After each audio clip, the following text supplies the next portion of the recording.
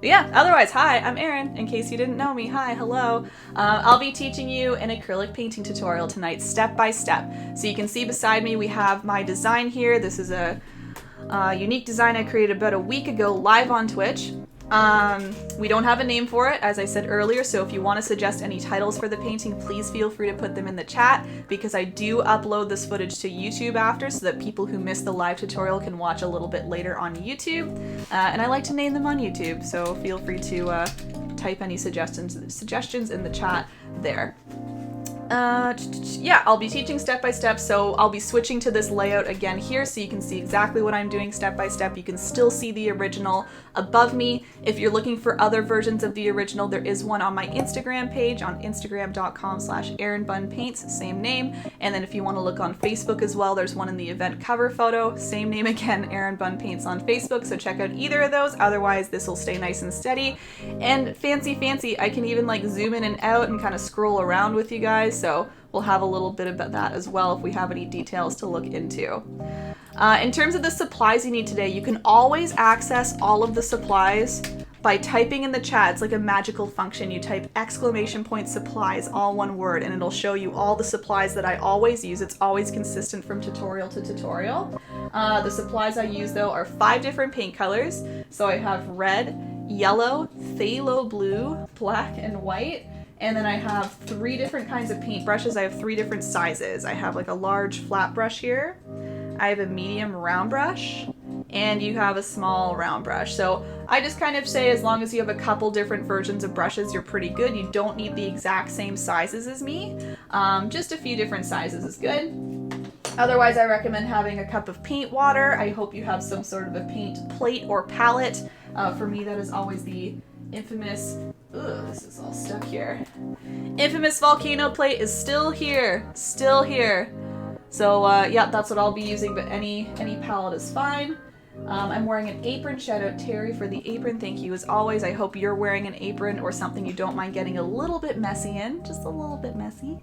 And that's really it for supplies. Again, everything's very flexible, so if you have other colors, other pre-mixed colors, then you're more than welcome to use those. That's totally fine. And I think that's pretty much it in terms of all of the details. I'm just gonna catch up on comments to make sure we're all taken care of. Okay, we're all good. All right, we're all ready. So everyone, we're going to start with the background. We pretty much always start with the background. I'm gonna start by using my large flat brush. Cindy, you did me dirty. I had medium round on the brain. It's the large flat, actually. Look at me go. All right, large flat brush. We want to start with that. We want to dip it into our water cup. So you can dip that in your water cup to begin with. And I'm going to start just by using plain phthalo blue, the classic blue. If you have any other blue shade, that's totally fine. Okay, I'm just using the phthalo blue because that's my favorite. It's a nice bright blue. So I'm using the large flat brush, plain phthalo blue. And I'm just going to start by applying that left and right on my canvas. Left and right. And I'm going to go down maybe about like a third of the way. Right around there. Lots of paint just wiping left and right.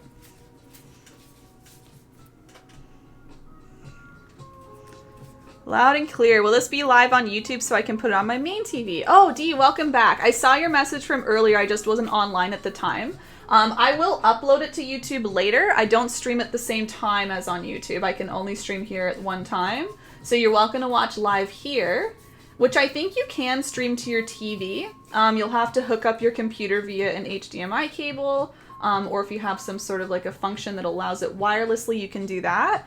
I will upload it to YouTube in the next week or so, but I won't be live at this exact same time. Hope that helps. Oh no, your phone just died. You can do it. Plug it in. Charge it back up. You should be able to cast your TV. Yes, exactly. You can cast it. I don't know all the official terms for like what to use for that, but I know it's possible. Thanks for answering, guys. I can never get the volume up enough on my computer, but it's on my phone. It's fine. Weird. Am I mute or not? No, I am speaking. If you're muted, you can go to the bottom left. Bottom left, there should be a volume slider. Full or fast speed? It'll be full, Jen. What I do is I use the whole tutorial footage. The only thing I chop up is I get rid of the first portion, like the first half hour where I'm just speaking. But once I start painting, I have the whole thing on there. Yeah. So just like you're here with me, that way everything's spaced out nicely. It's not too quick. It'll be all the exact same time length. So it'll be about a 2 hour video for you to watch. 2 to 2.5. And all the past ones are on YouTube now too, so if you want to watch them, they're all right there, with a couple missing. I'm still uploading a couple, but there's maybe like 40 or so up there as well. Awesome, yeah. Court, Fire Sticks and most smart TVs have a Twitch app. Oh, really? I've never been able to find a Twitch app. I instead just, use HDMI. I like open it up in a browser and then just have it literally displaying my display. But that's good to know. Same with my laptop, the volume, weird, yeah. Laptop speakers sometimes aren't that great, so yeah, external speakers or using your phone sometimes is better. I'm cooking, so I'll paint as soon as you have them. Perfect, yeah. If you want to hang out, Jen, you're welcome to. If you want to just like listen along, that way if you see me doing something that you know you'll need more clarification on later, you can always send me a quick question or just like hang out with us in the meantime, no worries at all. Yeah, I'll be trying to get these up very quickly. I have about 2 or 3 that I'm behind on, and they're all kind of holiday themed, so I want to make sure I'm getting those up very soon, so you should see them up on YouTube soon. Cast if you have Chromecast. Good call as well. See, these are the words I need to know, Ash. Chromecast. You have Chromecast rather than just like stream it to the TV. Sounds good, Jen. Cool. All right, everybody, so I'm just going to start to bring this down further. I'm going to lighten up the color. So I'm just going to use a little bit of white in my blue paint. I'm mixing that on my palette with the same brush, the large flat brush. So white and blue mixed together. So it's more of like a nice medium blue. And I'm going to make that come about 1/3 of the way down. And I'm going to start applying that. So we can see a slight difference here. It's just a little bit lighter. It's not super light like the bottom, it's just kind of anywhere in the middle. And still going left and right, back and forth. And what I'm doing is I like to apply the paint first, and then I'll teach you how to blend it into the color above it. So that's why I'm starting a little lower, and I'll start to bring you a little bit higher as I go.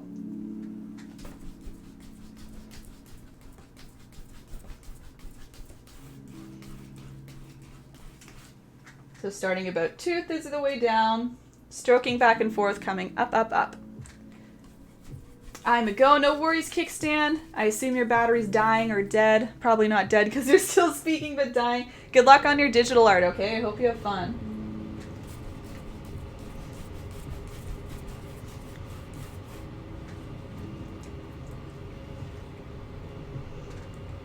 All right, in order to blend, so what I've done now is I've grabbed that medium blue color, I've brought it from the bottom 2/3 all the way up to the top color.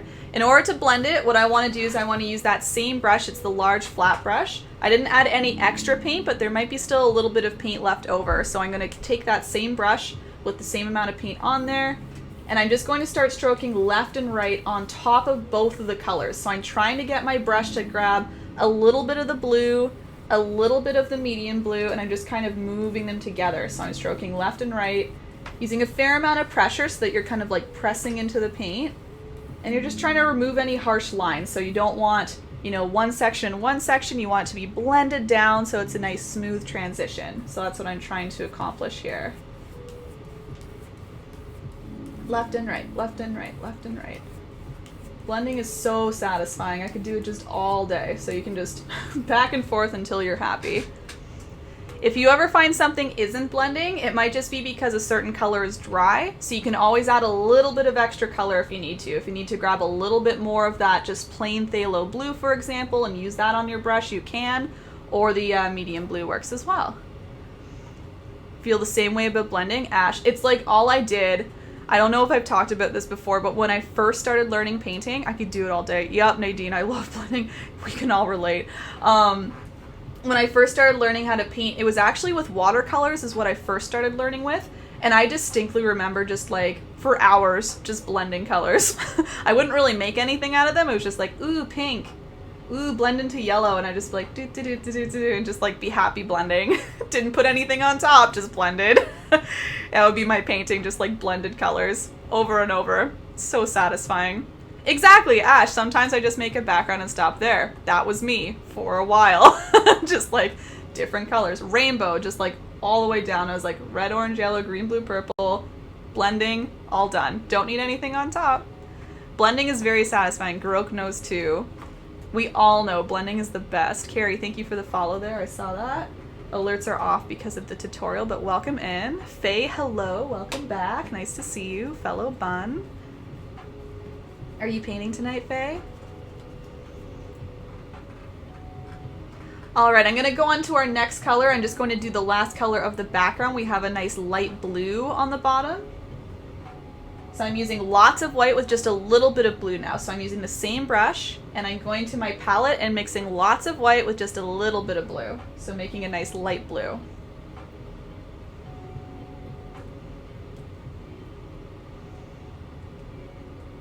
And same thing, I like to put this on the bottom first.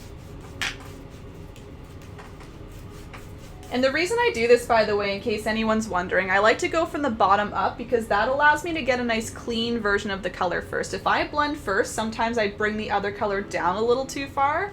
It starts to blend a little too much, I think, with the new color. So instead, I start from the bottom where it's nice and clean. I put my color on as high as I like, and then I start to blend it.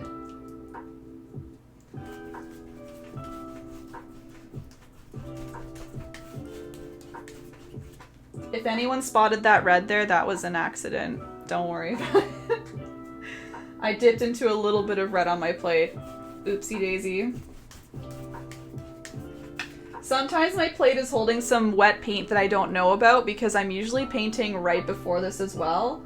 I'm usually streaming on Twitch during the day on Friday, so my plate is still a little bit wet from previous, so that's why that happens sometimes.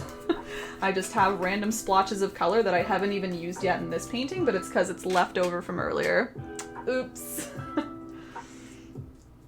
Like your paint. Thanks, Christy. OCD about blending sometimes for me. Yeah, 40 minutes. Yeah, I getcha. Re-adding the color 3 times to keep blending. I understand. Yup. Don't worry about it. Volcano plate made me do it. That should be a shirt. At this point. I feel like I could blame the volcano plate for a lot of stuff.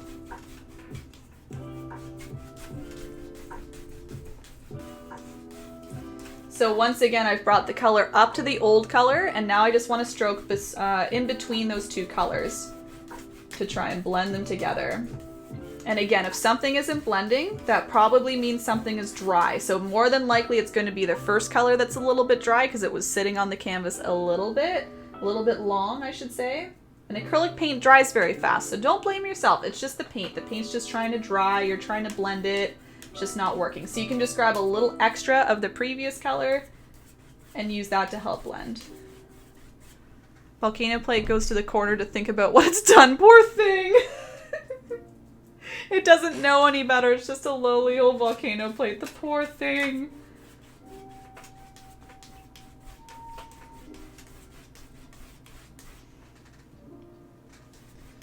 That's pretty good. So we just have a nice transition from dark to medium to light. I'll give you a couple minutes if you're still blending or adding color, playing around, just because that was like the whole canvas completed very quickly. I always move a little bit quick with blending just because, again, we want paint to stay wet. So if you thought that was a little bit quick, I can just give a couple extra minutes. You can keep adding, keep blending as you like, and then we'll start to move into other elements of the painting. Always blame the paint. That's a good one. We already have 2 t-shirts. Look at you go. Always blame the paint. You can even do always blame the brushes. Sometimes I say that too. It's not you, it's the paintbrush, honestly. And that's the honest truth. Sometimes it's just the brush not being prepped properly, or it's getting old or whatever. Don't blame yourself, blame the brush. Always blame the paint. Volcano plate made me do it. Perfect, 3. Easy peasy. You could be a merch designer, Ash. My new motto, always blame the paint. Or simply ABTP. Perfect, perfect. So again, I'll give an extra minute or two in case anybody's still painting. Talking to the canvas, it's not you, it's the paint. Yeah. Just like, hush, shh. Don't be hard on yourself, it's just the paint. You got it. You know it all. And I'm just noticing the coloring looks a little different with the two photos, or I guess this and the photo of my painting, probably because I took the other photo in not great lighting. This is very direct lighting. We see all the brightness. Hopefully nobody minds. If you like the darker colors, you can simply just darken up the colors a little bit more than what I have them here, but I would say compared to the original, pretty similar there. Oops, lighting's just a bit off in that photo. So after the next minute, we're actually going to work on the sleigh. We have a couple different elements to the painting. We have obviously Santa and his sleigh way up here. So we'll start with that because that's very small in the foreground and we want to lay a base color for that so we can do that even if the paint is still a little bit wet. So that's what we'll be doing next. And then we can work on the deer silhouettes and then of course Rudolph in the foreground. We have a moon that we'll incorporate. So lots of different little things we'll be working on. I feel like these should be support Santa responses of all of life's difficulties, yeah. Just like anything, just like blame the paint. Flips glasses, yeah. Remember, it's not your fault, it's the brush. Flips glasses. She's a professional, what can I say? Only the best advice from Sandra. It's so true. Volcano plate made you do it. Have you considered?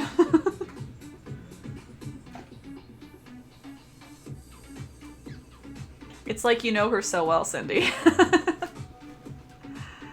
Sounds good, Christy. Yeah, and if anyone else is here just watching, totally fine, totally fine. We have a large group of people, I believe, painting along, but if anyone's here just to chat or just to watch and learn, feel free to hang out. No worries at all. Just a nice Friday night with the big group online. All right, so next step, everybody, just so you know, Enola, welcome in, hello. Next step is going to be spilling my white paint. After that, I will be adding a nice white base to my sled. It wasn't a spill, it was fine. I just kind of tipped it over a little bit. There's just a little bit of paint on the floor, it's fine. I have plastic down. What I'll be doing is I'll be doing a nice white undercoat to the sleigh. We want to do a lot of white base coats because we want these colors to show up nice and bright on top of things. So adding a white base coat will really help because the blue is very, very dark. So if we were to put red paint straight on top right now, it might come off a little dark. Same with like the light browns and all the other light colors and the golds and things like that. So we want to just put down white to kind of sketch out what we're doing. So I'm going to switch brushes to the medium round brush. Medium round. Grabbing some plain white paint. And I'm just going to sketch out the sleigh. I'm going to sketch out Santa and the little blades. Oh my gosh. Oh no. Words. Oh no. Blades. I don't know. Not tracks. Oh gosh. Somebody help me. My words. Anyway, we'll do the sleigh first. So I'm using medium round brush with white paint. I want my sleigh a little bit tilted here. So I'm going to start maybe like down to the left a little bit on the top left-hand area. I'm going to do a little line kind of coming down and over. So that's the front of the sleigh. Skis? I guess so? Yeah, right? Like, maybe I'm not totally blanking. Maybe it's just kind of like a weird word. Yeah, skis, blades, whatever. I'm going to do the underside of the sleigh, so I'm just going to do an angled line. Here we are. So we're exhausted. 1 second. I'm going to grab my battery. Start with that one line that you saw. Count me in. 5, 4, 3, 2, 1. Yes, okay. So again, that might happen once or twice more, but we got it. All right, so we're gonna do an angled line coming up to the right. So white paint, medium round brush still up to the right. Something like that, just kind of like angling upwards. I'm exhausted. Rails. Would you call them rails? Rails on the sleigh, okay. Let's call them rails then, thank you. So again, that was kind of up and over, up to the right. We're coming maybe about 1/3 of the way, not quite halfway. I'm going to bring this up right to the tip top, so it comes right to the top, kind of falls off of the top, because the sleigh is kind of like just near the top. Santa's going to be a little bit cut off, so we want it very close to the top. My painting rut continues watching. Always just watching. Cindy, are you Santa? How do you de-stress, Cindy? I watch everyone on Twitch talk to all the bunnies, lol. As she spills paint and stresses everybody out. Okay, now we're going to do the top of the sleigh. We kind of come over to the left. Before we come to the very left-hand side, though, we're going to do a quick little bend down. And then over like that. So we're creating like a little space for Santa to look ahead here. He has kind of like a taller little area in his sleigh, and then he has more of just like the front bumper of his sleigh. It's fun to describe the sleigh. I'm doing the background for a painting session. I'm doing it more. My hand keeps cramping halfway through. Oh yeah, that way you can take your time, Phoenix. It's good. I know you've done that before, like pre-painted black or pre-painted a different color. I think that's very smart. Welcome in. That's Ken Shawn. I believe I've seen you before. Hey y'all, how's everyone doing? We're doing good. How are you? Doing a tutorial right now. Gotta go eat dinner. No worries, Ash. See you later. Hey Aaron. Hey chat. Hey Hex. Welcome in. When you have this shape, everybody, you can start filling it in with plain white paint. If you see any like little bits of blue maybe blending in, don't worry about it. That's kind of the whole point of the step. It's supposed to just be a nice base coat. So if you have anything mixing, that's okay. As long as you have a generally white surface, or if it's light white, excuse me, or light blue, that'll all help. I'm actually going to angle this front a little bit rather than having it straight like that. There we go. Welcome in, welcome in. Ups and downs, but managing. Aren't we all? Aren't we all? We feel that. I hope you're having a good Friday. Are you in Eastern Standard Time Zone? Is it like Friday night, kind of 8:30 for you right now? One of these days, I gotta paint one of these. One of these days, Hex. I'm sure you will. I'm sure you will. No pressure. Maybe one will kind of like grab it and you'll be like, oh, I gotta have that one, you know? Who knows? I'm sure the day will come.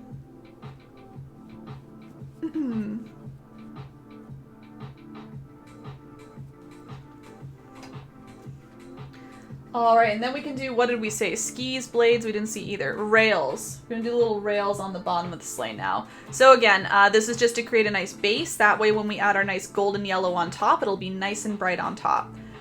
So what we can do is we can add first two little connecting points on the bottom of the sleigh. So these are just little angled lines. So I'm gonna go kind of off center on the left here, just kind of angling down to the left a little bit. I'm just using the tip of this brush, by the way, so I'm creating not super thin lines, but not super thick lines, just, you know, somewhere in between. Central. Okay, so you're like an hour or two behind me, I believe, right?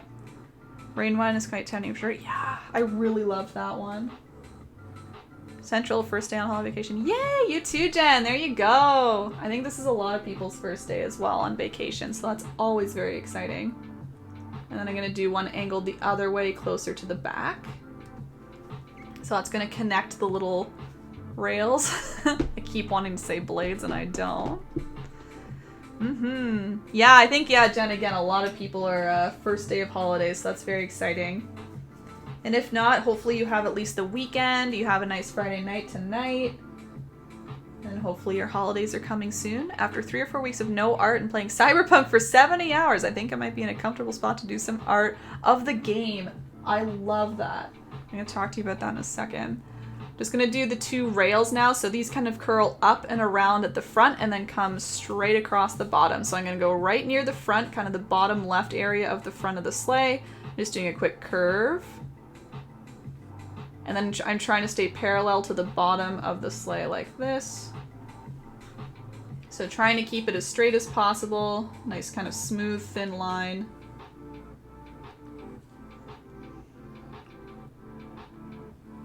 All the way to the back. And then I do a second one, same thing, just a little bit lower. So I again curl it around as if it's either behind or in front. I go right below. Maybe ending it just a little bit shorter than the first. And I did mean to have those connector points on both, so I'm just going to extend that a little bit down so it looks like it's hanging onto both there. Cool. Blades, rails, skis, however you want to think of them. That's what we've got there. Anyway, can I just call you Can? Yeah, Cyberpunk, I'm not playing it, but based on the screenshots I've seen of the game, amazing artwork. It's very, very inspiring. After 70 hours, you feel like you're in a good place, huh? I have plenty of vacation, a lot of my hours cut. Gotcha. Work today, and the next day I'm working is Wednesday. Okay. Con. You want con? I'll try for con. Cool, cool. Yeah, I'm glad you're enjoying Cyberpunk. I've heard mixed reviews, obviously, with all the little glitches and bugs, but I'm glad you're enjoying it more so for the art as well. Again, I love seeing the screenshots from the game. It's such a vibe. Oof, these rails are kicking my butt. Def going back in with some blue. There you go, when it dries. Yeah. And that's the cool thing about this step, everyone, is we're using white, which is super easy to cover up. So if you have anything that you need to touch up, Court was just saying she didn't like her rails, maybe they got a little thick or just a little out of place, you can always, once it dries in about 5 to 10 minutes, go back in with blue, as Court just suggested, and yeah, just clean them up in any way. You can shorten them, you can thin them out, it doesn't matter. And then because it's white paint, it'll cover up pretty easily. So there you go. Jasmine, hello again, nice to see you. Welcome in. We're doing a little tutorial tonight. Streaming twice in one day, different content a little bit, but welcome in. Nice to see you. All right. So I'm going to move over and do my moon now. I know my blue is very, very dry. If yours needs a little bit of time, you can give it maybe an extra minute or two. I'll do the moon and leave some time so that if you need to, again, leave another minute or two for things to dry, you still have that time to do that. I know some people actually paint with a blow dryer nearby so they can actually dry up spots if they need to, so feel free to do that. But otherwise, mine is very good and dry, so I'm assuming yours is at least close. And if not, you can just relax a little bit. You can always do the moon a little bit later, but it just makes sense kind of steps-wise to do those first, those two elements that I'm doing here first. So I'm using the medium round brush now with more white paint. And I'm just going to do a nice big circle anywhere in the kind of top right-hand area. Do whatever you want inside, because we're just going to cover that up in a minute anyway. So I'm just kind of working on the outside right now, trying to get the shape I want. You saw me at the start. Well, my trick to circles is kind of doing the motion a bunch of times. You've seen me do that before if you've joined me for other tutorials. I kind of go round and round, like literally like this with my brush. And you can see me doing it in that screen too. Round and round and round. And then when I feel like I have a good shape, I just kind of press the brush to the canvas and kind of swirl around a couple times. And at least it gives you a base. And then that way you can kind of fix things up just on the edges if you need to. You can kind of clean up the top. Go around like the top right side. The left-hand side. Whatever you need to do. ISO, thank you for the follow. Welcome in. Tony, thanks as well. I saw you about 10 minutes ago there. And I'm just going to fill in with white. Sorry, happy face, you're all gone. And again, you can take your time kind of cleaning up the edges if anything needs to be cleaned up. Just take a little bit of paint, take your brush. Like mine could be cleaned up a little bit more. Just kind of go around slowly. I think that top part's a little wonky. I'm just going to grab more white.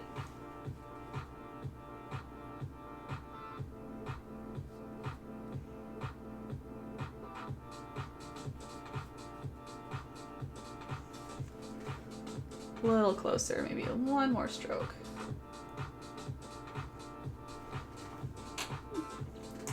Maybe one more stroke. I could do this all day again. This is how I do it. I concentrate too hard on certain things. One more. There we go. Cool. Nice. All right, so we're gonna leave that alone just for a minute or two, just to give you guys a chance to keep working on the moon if you need to. And then what I'll be doing is I'll be teaching you how to add that nice texture. You can kind of see all this nice texture in the moon. All that, I'm gonna teach you how to add all of that in a quick minute here. Gotta use the zooms. Robin, thank you for the follow and welcome in. Yay, the moon, I missed that the first time. Don't blink, exactly.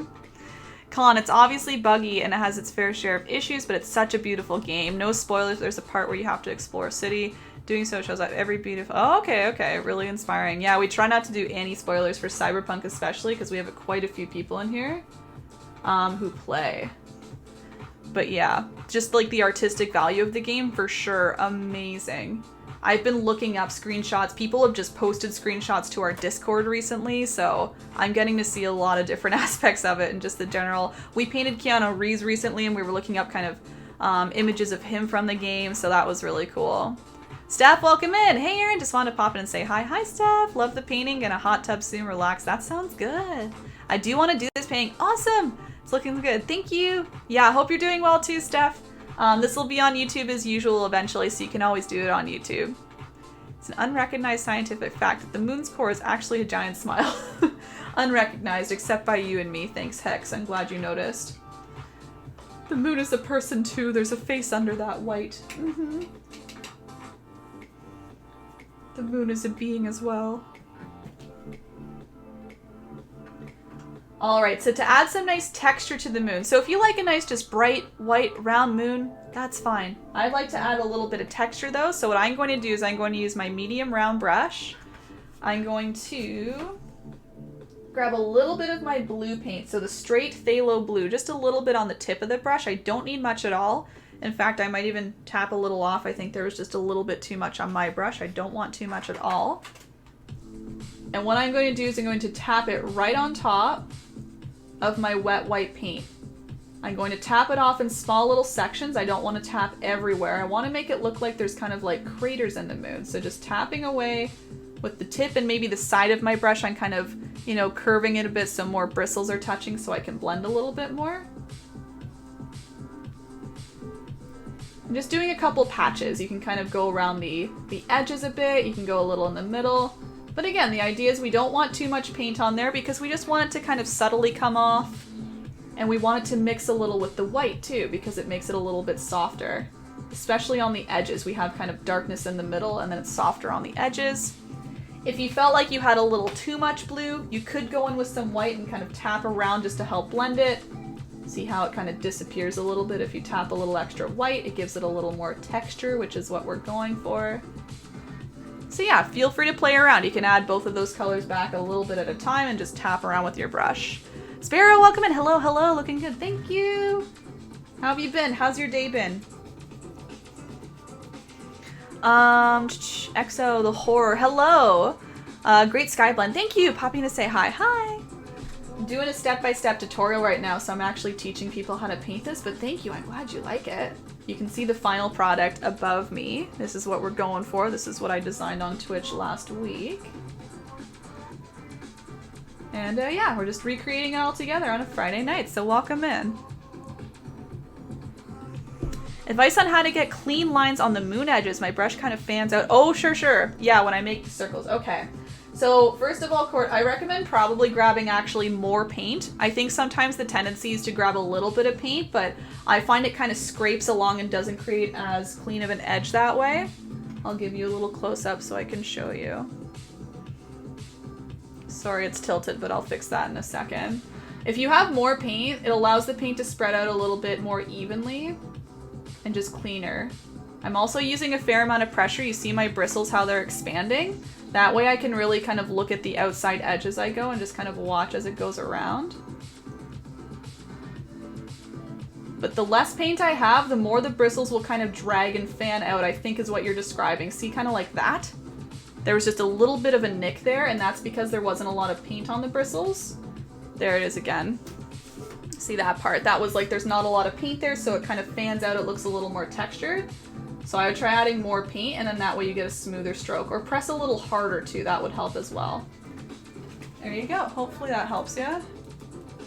Zoom out again. There we go. Good question. End of a long week, we've been distributing vaccines, so it's pretty awesome. That is pretty awesome. Oh my gosh. I've been hearing news from my friends who have maybe siblings in the medical field that they're getting vaccinated. That's very, very exciting news. That's fantastic, Sparrow. Beginning of something new, right? That's great. Ham, welcome in. Hello. I think you're here before, but welcome in again. I might try and do this one tomorrow since I'm late to the party. That's okay. I really wanted to paint tonight, but just to try it. Yeah, Sparrow, do what you feel. Even if we want to do like a smaller piece tonight or whatnot, you can, or just hang out or take a nap, whatever you gotta do, feel free.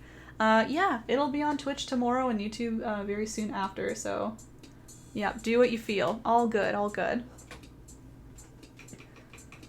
Alright, so that's the moon. A little bit more centered for everybody. And we're just going to leave those two alone. So the moon is done. We don't need to go back to it at all, but we will go back to the sleigh eventually. I just want to make sure we have enough time to let it dry. Some of your white paint still might be a little bit wet, so don't worry about that. We can let that dry a little bit longer. We'll focus on the reindeer in the middle here. We've got some silhouettes behind Rudolph. Look at that. Okay. I'll move this over. You can have a nice close-up look. Maybe like right there. Thank you, Groki. That works too. YouTube is there and all the other socials, Sparrow, if you need. Alright, so my vision when I was creating this painting was, of course, that Rudolph is kind of leading the way with his bright red nose, but he has a few reindeer friends in the background. And when I was designing this, I actually had some trouble kind of figuring out how to do that without making it too complicated. So I settled on just doing two kind of like silhouettes from the side view, right? And then kind of imagining that the other reindeer are all off, you know, on the other side of the painting, kind of falling off the edge somewhere, just kind of curled around. So that was kind of my vision there. If you don't want to add these, you don't have to. If maybe you're kind of nervous that they're a little bit complicated, you know, that's all right. But I encourage you to try it because I will be going through step by step how to make the whole shape. And in the end, it's just a silhouette. We're not worried about any facial features or details. It's really just kind of mapping out the body. We'll be giving them a little bit of a highlight later, and that's really all. So I'll be switching to a nice teeny tiny brush now. So I have a nice detail brush that I'm going to use. And I'm going to use a mixture of black with a little bit of white paint. Black and a little bit of white. So I didn't want them pure black. I didn't want them like the darkest of all the colors. I leave black for the reins here and the nice little lights. That battery's exhausted again. So prep your black paint and mix with a little bit of white. Lots of black, little bit of white. I'm just gonna grab another battery because those are gonna be switched out again. Prep that, and I'll lead you through step by step the nice silhouette of the deer. 1 second.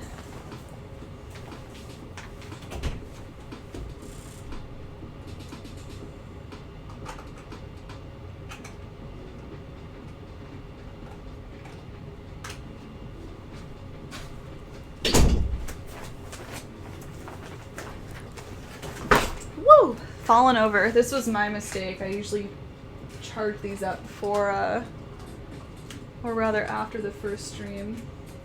Forgot today. That's what happens on a busy Friday. Oh, I moved the camera. I like fell on the camera. Sick. There we go. There we go. Beautiful. Okay, so again, lots of black, a little bit of white. We're making a nice dark, dark gray. So again, not quite the darkest color, just a little bit lighter. I'm gonna zoom you in. So the deer will go right around here. So we're kind of in the middle, maybe a little bit off to the left, wherever you want them, just anywhere in this area. Now I'm gonna zoom in and we can see a little bit closer as we do it. Hi, hello, there we go. Okay, so we're doing two deer. We're gonna do one that's like a little higher and then one a little lower to the left, as if they're kind of beside each other, just a little bit offset. So we're taking our dark gray that was black with a little bit of white in there. And I think I'll start with kind of the back of the deer, so the top back area of the deer. So I'll start right around here. We're going to do kind of the back end of the deer, so that's just the bottom. And then we're going to dip down a little bit and back up. We're kind of doing, again, going across, but we're dipping down a little bit, so there's a little bit of arc in the back, and then back up. This will be where the neck is. So just start with that, a nice little kind of curvy line. It kind of curves down and up. Found out recently and almost forgot. A friend of mine lurks during your streams. Oh yeah? He heard Phoenix and figured it was me. Oh, you refused to tell me what his name is on Twitch. It says I have to figure it out. Ooh, do your investigating. We can figure it out together. Jen, first time taking your tutorial, and I have to say I love your teaching. Oh, thank you! And technology. So glad I found it. Yay! I'm so glad you're liking it, Jen. And this is all work in progress. This is constantly improving. It looks kind of plain and a little bit jagged right now, but I have big plans to kind of clean it up, make it a little more easy to switch between scenes instead of like zooming in and out all the time. I could like press a button and it zooms in, so I'm gonna be working more on this layout. But thanks, I'm glad you're liking it. All right, so once I have that nice kind of curve back, I'm just going to curve upwards. So this is the kind of back side of the neck, back side of the neck. So I'm looking at right here. So I've done the back, doing the back side of the neck. Yeah, exactly. Good to have you here. Yep, super fun. That's what I love about this area too. Everyone's so welcoming. Everyone's happy that everybody's here. It's really, really a loving space. So we're really glad you're here. All right, so I'm going to do the top of the head. So that's just a quick curve kind of up and around. So nice round top for the head. We will add antlers. We will add an ear. For now, we're not too worried about it. And then what I do is I kind of curve down and move out to the right, so I'm making somewhat of a nose. I'm kind of making the head area, the eyes, where the eyes would be right around here, and now the snout or the nose kind of comes out like that. Just one step at a time. I know it's always very intimidating at the start when you first see the shape, especially animals. You're like, how am I gonna do that? But just go one thing at a time. One thing at a time. Wildcrafter, welcome in. Will this tutorial be available after? Yes, it will. It'll be on YouTube. There you go. Thank you, Groki. Yep. Both of the video Twitch on here on YouTube. Yeah, that's a good point. I never really say that, but the video is available here on Twitch immediately after. I always post a condensed version on YouTube within the I try and do within the week. I'm honestly a little behind, but I try. So it will be there. For sure, yeah. Eager, that's a great idea. I'll keep one zoomed in and one zoomed out. You can see placement. There you go. So it's just a little bit kind of off center, kind of to the left there. Really, if you float them anywhere in this area, that'll be fine. Okay, so we have the little snout here. I'm just going to curve kind of around, down, and back in. So we're now really defining the face shape. There we are. I know it keeps kind of refocusing, so I'll just keep my hand here so it knows to focus right here. So you can start to see the snout, the nose, where that would all be.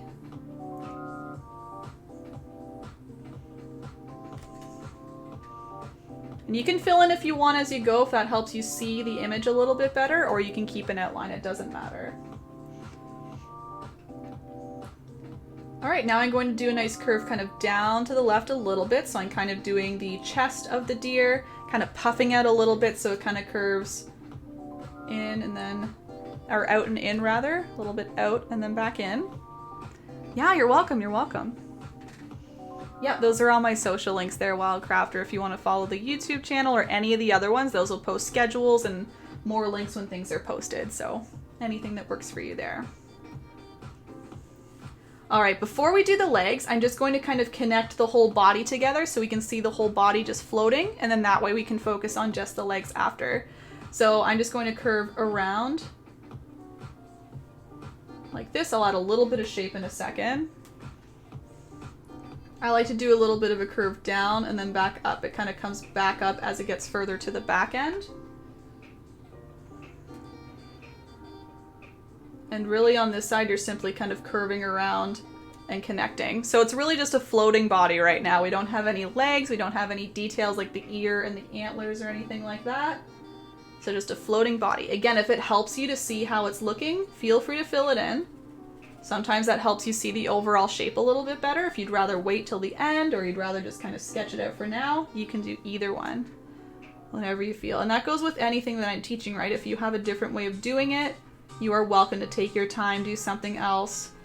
There's not really a right or wrong way to paint. It's just kind of like what you find works for you, right?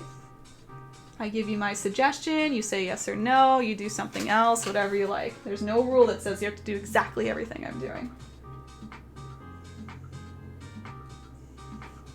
Okay, let's add some little details to this guy. So let's go back up to the top here. Let's add a little ear. I like to just add one little tick mark with my brush to make a little ear coming out the back left-hand side or the top left. So I just took my brush and just kind of stroked down a little bit. So I got a little ear coming out. Mine looks like a duck at this point. Kind of mine too. Kind of mine too. If I had maybe a sharper beak, he'd be quite ducky. He looks like he's kind of floating in the water aimlessly right now. It's fun to see how they are halfway through. Okay, we'll be doing some antlers now. So what I did for the antlers is I did a pretty straightforward design. I started with one quick little line that kind of comes up to the left. So I'm coming kind of straight out from the top of the head, just doing a quick little line or curve coming up to the left. That's just a small little piece of the antler. And then I do a longer one coming up to the right. I do like a little bit of a curve with my brush, so I curve up, over to the right, and then back up again. So it's kind of like forward facing in a way. And I fill that with a few other tick marks. They're just kind of like little curves coming up like that. And that's all I do. You can see, I would say that's a very straightforward design for antlers. If you want to make it any bigger or any fancier, you can. But honestly, when I have made deer in the past and their antlers, I have found simpler the better. I find the more I add, the more I complicate it, kind of the busier it looks. I really like just a simplistic look. So I started again with just that little curve, large curve, couple little curves coming off. It's almost like a very sparse tree branch. Haha, goose. I love that little guy. Okay, deer have little tails, so I do a similar thing then up here. I just move it over here and do a little tail, so a little tick mark with my brush. So I'm just using the bristles and kind of pulling in to make a little bump there.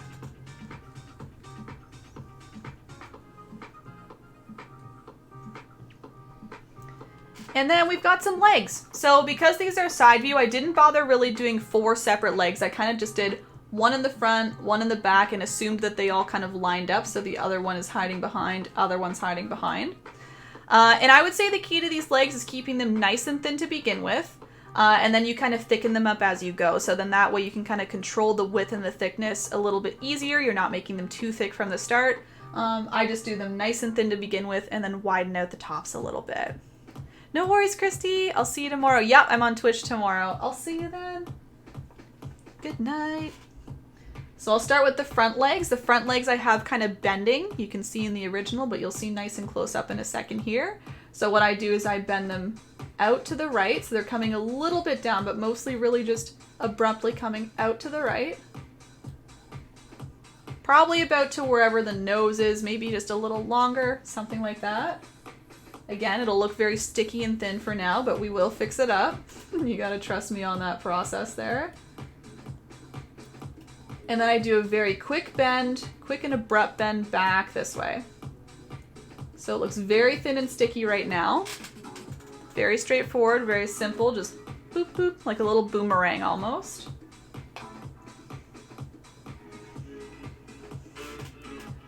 And then in order to shape it up and make it look a little more natural, I widen out the top part. So we want to keep the bottom part very, very thin. We can always thicken it up later, but we'll keep it thin for now. And I'm just widening out the top. So I'm kind of combining it a little bit more so that it kind of flows with the body. So you can see how I'm connecting the bottom of the belly into the leg a little bit like that. Maybe making it a little bit more smooth up here. See that? And widening it out. And then I'll widen it just a little bit near the top of the bottom part here, but keeping the bottom part nice and thin, nice and delicate, right? That's how I think of deer. They have very like delicate, very lengthy legs, so keeping them nice and delicate and lengthy. I might even expand it a little bit more. There's one, so hopefully you can see that shape coming together. It looks a little more like a deer leg rather than just sticks. Bye, Erin. Everyone else getting really tired. No worries, Christy. Have a good sleep. Finally off work, Canine, welcome in. Glad you're off and able to relax as usual. You're walking on a nice tutorial, so welcome in. Relax, cuddle with your dog, have a good time.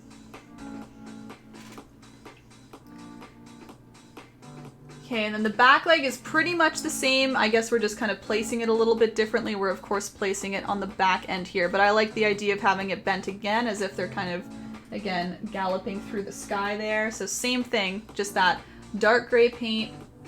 I'm gonna start from the back, kind of bottom left area here, coming out, and then twisting back this way. Same thing, I start with a very, very thin line.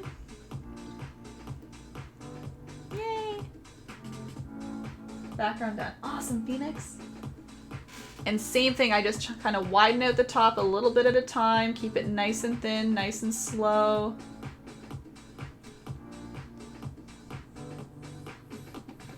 And that looks more deer-like. There we are! A lot better than that floating body now that we have the 2 legs. So again, I only keep the 2 legs on there. I don't bother with 4. If you want to get very detailed, you could of course just simply complete those same steps, doing a second set here and maybe behind this way or behind on the right hand side. Either one works, but I'm going to keep it simple. And keeping in mind too that these are so in the background, right? We don't really worry about these guys as much. They're just kind of hanging out in the background. Rudolph is going to be front and center. So I'll zoom out just to give you a little perspective, and then I'll zoom in again to show you the next one. It's the exact same thing though. I'll go through it again in case anyone needs help though. So that's perspective there.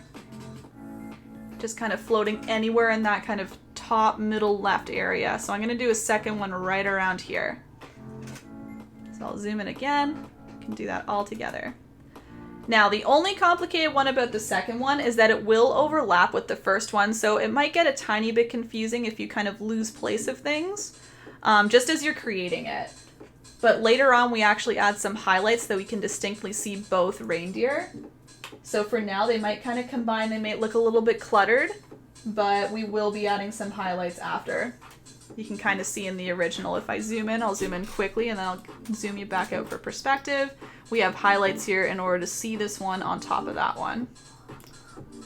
Okay, but yeah, good idea. Whoever said that earlier, we can keep that here for perspective. So same thing, if you want to go through at your own pace, you're welcome to, but I'll go through everything again with you. I'm grabbing us relaxing evening. It's toot time! Welcome in, hipster! Toot toot! I like the layout. Thank you! Yeah, I've been playing around with it. I still have many improvements, but it's getting better. I like the zoom in and out. I think it's great. Welcome in.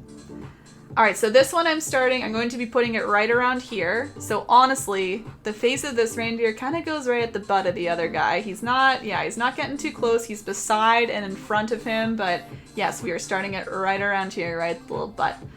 So if you want to start with the head, you can. If you want to go and start with the bottom, you can. I'm going to start with the head just for placement reasons. It helps me kind of anchor where the deer is, and then I'll just kind of go around, not the same order, or sorry, the same order, just starting in a different place.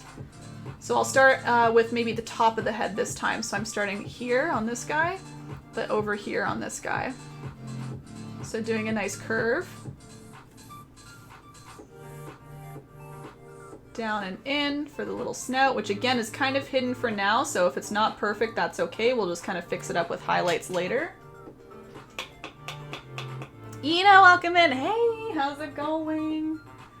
What time is it for you? Is it super, super late? What's up?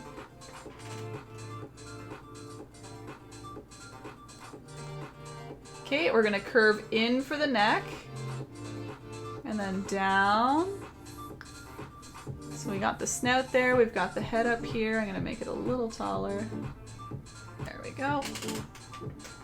So again, same order, just starting in a different spot. I'm now looking kind of down here. So I curved down, did a little bit of a puffy chest. 3 a.m. Ah! Normal time for you, Groki, but not for Ina, I feel. I'm trying to not sleep to fix my wrecked sleeping schedule. Okay. Good plan. I've done that before. It does work if you stick to it. Keep staying up though. Okay, I'm doing the bottom belly, so again it kind of curves down and then back up. This guy's a really puffy chest one. That's okay. They're going to be all a little bit different, right? A little bit different each time.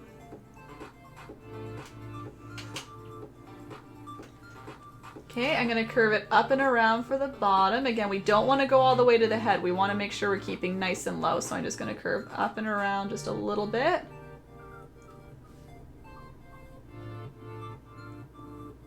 And then the back is a nice arched back, so it kind of comes up, down. I'll stop there just for now, and then we can complete the neck. Both Ina and I have somewhat strange sleeping schedules.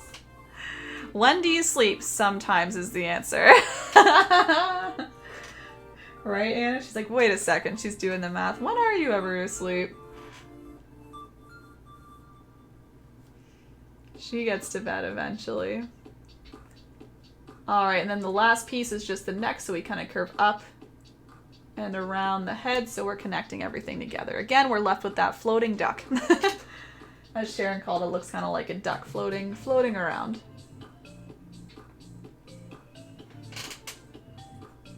So again, it might start to look a little cluttered once we add the antlers as well. We will highlight those later. Let's do the little features though. We have a little ear coming out the top left-hand side. We have our antler coming out as well, so that was one curve to the left. A larger kind of wiggly curve to the right. I tried to avoid the tail there, but again, I shouldn't worry about it. Couple little tick marks on the antler. Boom, boom, boom. There we are. Like naps. And since I'm up at weird times, people assume I don't sleep. Yeah, Gro kind of just sleeps like early morning. I get sleep at strange hours. Exactly. See, you keep yours consistent though. I feel like Ina, I never really know when you're sleeping, honestly, Ina. Because then you have school as well, and oh man. I don't know. Okay, I'm gonna fill this in just so we can see the whole silhouette together, and then we'll do the tail and the legs again together. Get that all completed.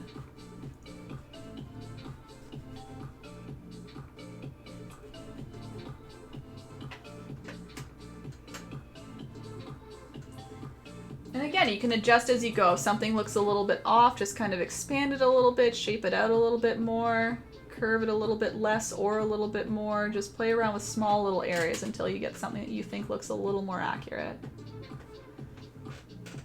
Alright, leg time. So I'm just going to do, again, the bottom right hand area, just doing a nice angled line coming out and then quickly back in. Nice long leg. Starting nice and thin. Nadine, I'm sleeping in your wonderful voice. Oh, lovely. You type in your sleep too, huh? I'm glad you find it relaxing. I've never liked my voice, but I'm glad some people do. Honestly. Again, I widened out the top, tried to keep the bottom a little bit thinner.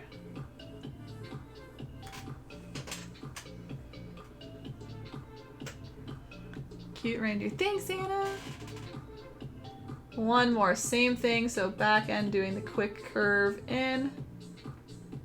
I just like their long legs, just kind of flowing through the air, you know? Flying through the air.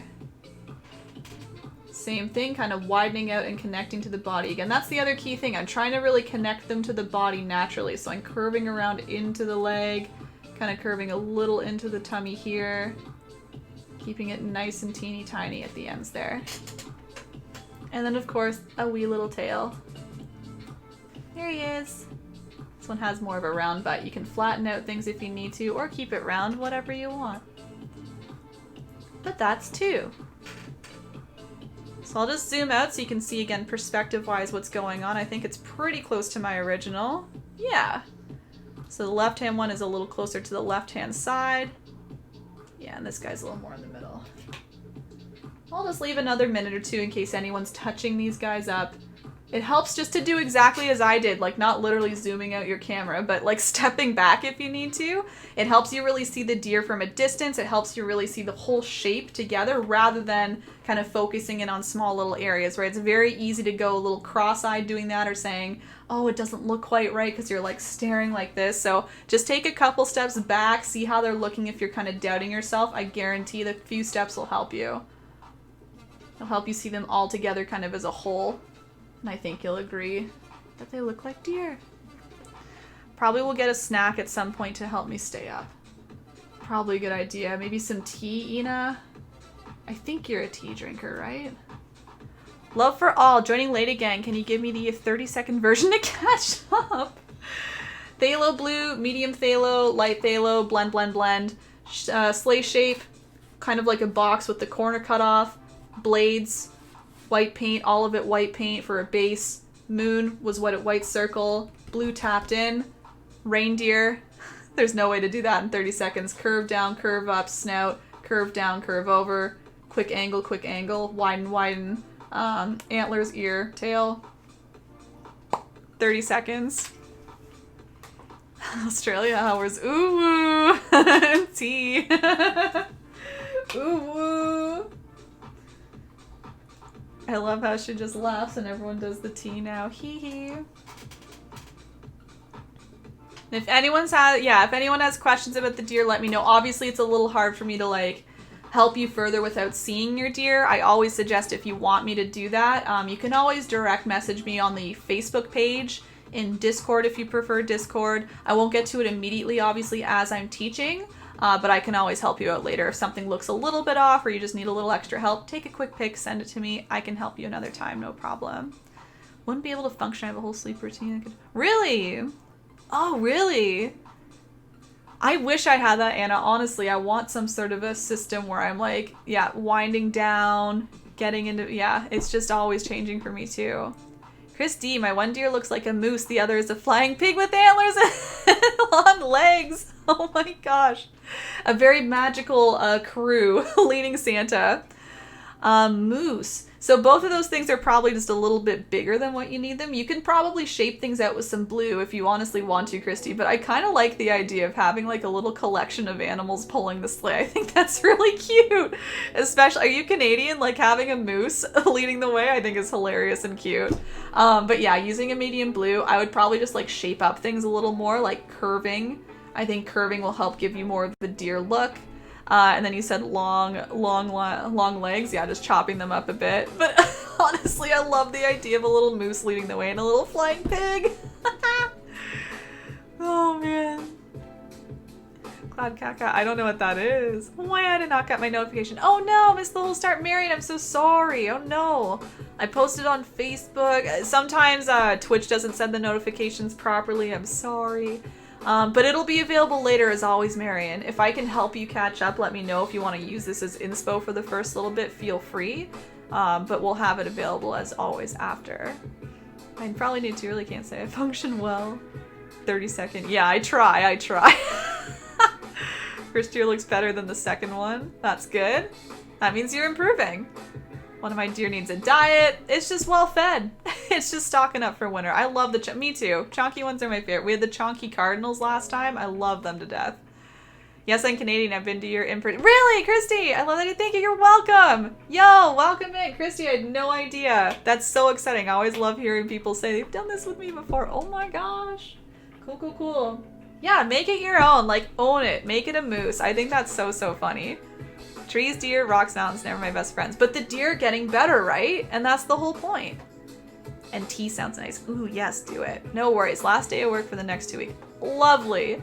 All good. Can listen tonight, paint tomorrow. Sounds great. Yeah, you know the drill, Marion. If you have any questions, you can let me know now. And then that way, when you're watching this back, hi, Marion, then you can, yeah, you can have your questions answered.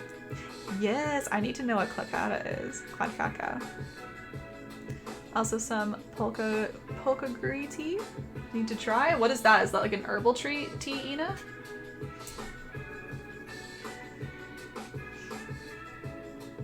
All right, so once we have our deer, now we can do the little reins. We want to get those reins on because we'll be doing the antlers and Rudolph in the foreground after. So we want to get those on just to make sure those are kind of in the foreground, kind of just like ending off down there. So you can use one of two brushes, one of many brushes really. Either the teeny tiny detail brush or the medium round brush. I will be using the medium round brush, obviously, because I love it. But yeah, because it holds a little more paint. If you use the teeny tiny brush, sometimes it runs out of paint and I find it annoying to redip and restroke, redip and restroke. This will hold enough that I could probably do it all in one or two quick strokes. So I'm going to use the medium round despite it being a little bit bigger. That's kind of the downside, it's a little bit bigger. I'm going to use plain black paint. And I'm just doing some reins that kind of flow in the sky. So they're going to start up here where Santa will eventually be. So I'll just do 2 black lines that are kind of starting anywhere near the top front of the sleigh. Just 2 lines coming out and kind of falling off the left-hand side of the canvas. Lynn, welcome in. Hello. Saying hello. No worries. Not herbal. Is it Growkelp? And good night. Oh, you're off, Lynn? You're just saying a quick hello? No worries. Can't see. Yeah, I know. It's a little dark up there, but it's just, yeah, it's just 2 black lines. There you go. Lynn, if you gotta go, no worries. But hello and good night.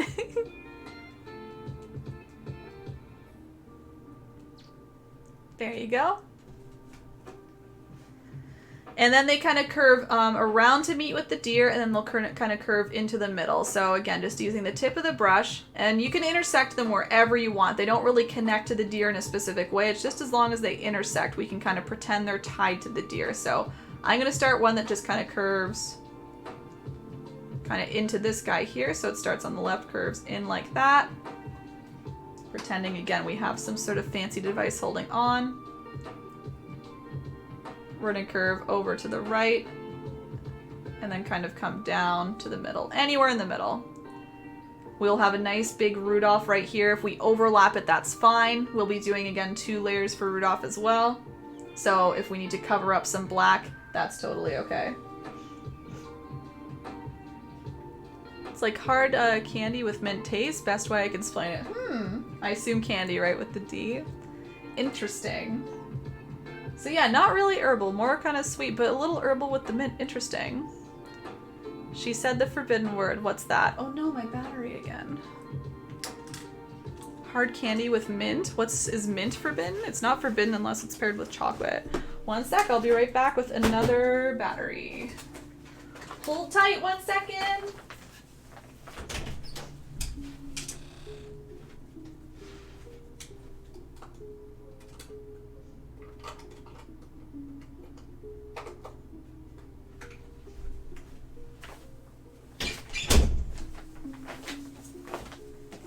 What I get for not charging these guys. I can't say it, excuse me. Anna knows. I'm exhausted. Hold tight. 5, 4, 3, 2, 1. We're back. Great.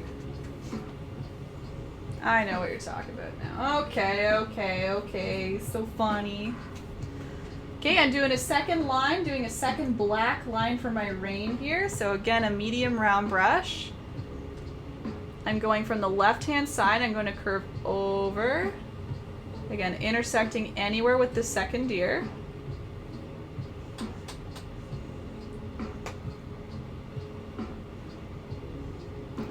And then same thing, it's going to curve kind of around. Kind of meets more in the middle. The other thing I'm trying to kind of do as well is keep them a little bit tighter at the start here and widening them out a little bit at the end, just to kind of give the effect of it being a little closer together or a little further away. And then as it gets closer to us, they kind of widen out because they're closer. So as long as they're not so wide that they'll be around Rudolph, that's fine. They can be closer together or further apart about this amount in here. And that'll all work out. I know it's a little scary kind of placing these things a little bit more open in the sky. But yeah, they'll be okay just right there. Yeah, you're welcome, Charlene. No worries. It says black tea with an... Oh, interesting. Wow. Yeah, I don't know. I guess it's black tea. Interesting. Seems like there's a lot going on in that tea. It sounds delicious, though. You know, I'm jealous.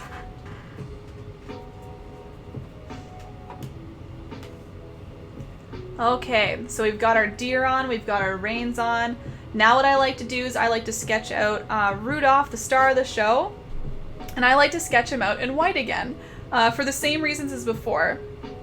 Even though we're using some darker colors, we are using some lighter browns, so I found it very helpful to have a white base, and then that way it stayed nice and consistent on top, nice and clean. So we'll be using white for that. And again, it helps with kind of sketching things out, because if you make a mistake here and there, white is very easy to cover up. So that's what we're going to stick with making Rudolph as well, is using a white base, sketching out, filling in, and then filling on top with some browns. Polka Gris, is that right? Is a hard candy with peppermint taste, specifically for fishermen. Oh, really? Interesting. Very cool. Yeah, I've never heard of anything like it. It smells delicious. Nina, I hope you enjoy. And hopefully it's caffeinated too. Well, if it's a black tea, it's probably caffeinated. If you're looking to fix your sleep schedule, you're gonna need some to stay up.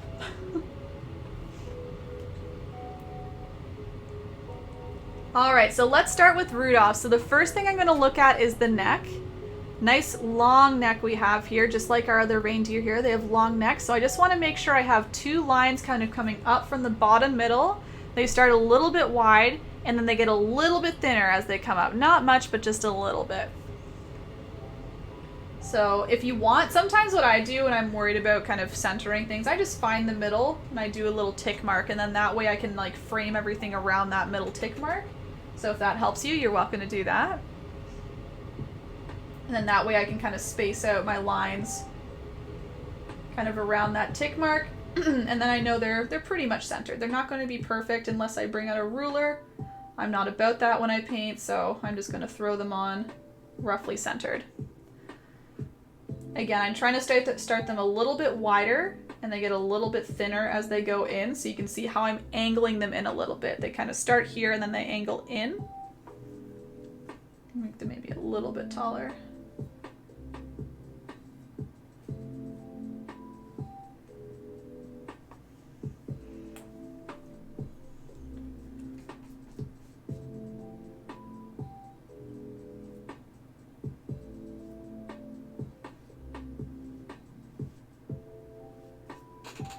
There we go. Same thing as usual. If you want to fill this in as you go, you're welcome to. If you want to just kind of outline, you can do that too. Doesn't matter.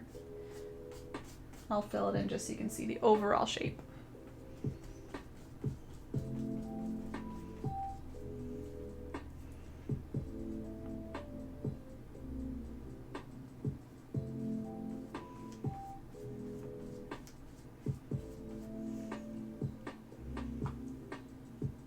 And trying to angle them the same too. That's what I keep fixing. I feel like my right hand side is angled just a little bit more, so I'm going to keep angling out a little bit there.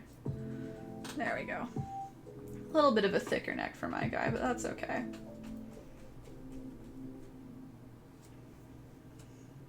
Cool.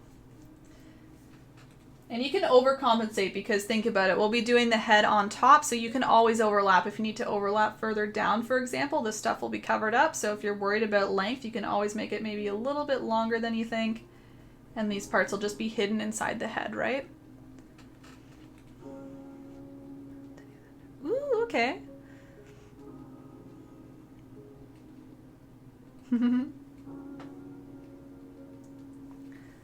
Okay, same thing. If it helps you to create a little tick mark just for the middle, go ahead. That might help you center things as you kind of raise this up a little bit higher.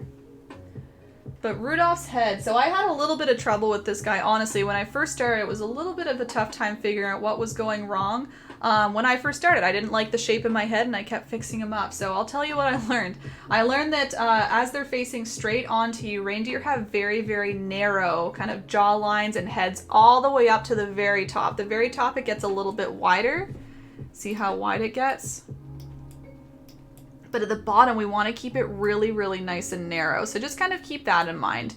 If you want to overcompensate, keep it very, very thin and close together, and then you can always widen out a little bit as you go. So I'm going to do that too. I'm going to stay nice and close to the neck as I come up. So let's go on the right-hand side first. Doesn't matter which side, but I'm just going to kind of curve up to the right a little bit. So see how I'm going mostly straight up here?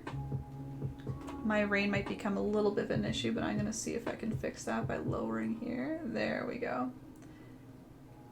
And I'm just kind of slightly moving out. I'm mostly going up, but I'm slightly moving to the right as I travel up, up, up.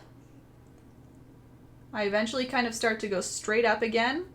So I'm kind of reaching where the eye is here. See how it kind of levels out a bit? It kind of becomes a little more straight at the very top. But again, nice and tall. It's a nice big head. And then we do a very quick curve around. And it has a little bit of a dip in the middle, so I kind of curve just a little bit in the middle. So it curves back down here. It's almost like a very, very flat heart shape. Not very, very curved, just a little bit. And again, see this tick mark? That allows me to see I'm about halfway, so I know I can start curving the other way now. Again, use that line if you need to. Bring it all the way up. That'll be covered. It's okay. If you'd rather start from the bottom again, you can, just for consistency. I'm just going to stay on the top here. I'm going to curve up a little bit.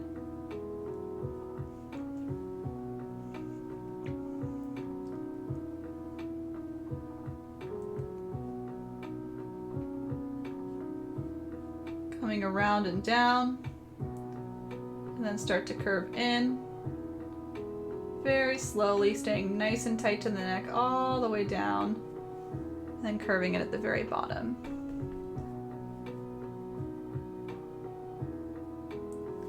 Now I'm going to fill it all in, kind of see how it's looking. It's going to look a little funny because we don't have a lot of features on it yet, so keep that in mind, but I'm just kind of judging like the size of this. If it looks outrageously big or outrageously small, I want to fix that up a little bit. I'm trying to keep proportions about the same and nice symmetry as well. So just kind of checking, you know, that things kind of match up. Are they about the same length out? Are they kind of curving in at the same pace? I think this one, for example, kind of curves out a little bit extra, so I'm going to try and even it out a little bit in here to match the other side. Keep it a little more symmetrical.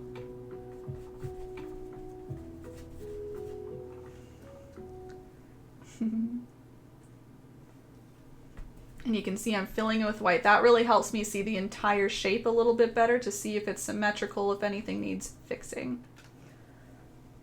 I think I want to flatten out my head a little bit more. I think it looks a little bit curved, so I'm just going to put this dip a little bit higher up there. There we go.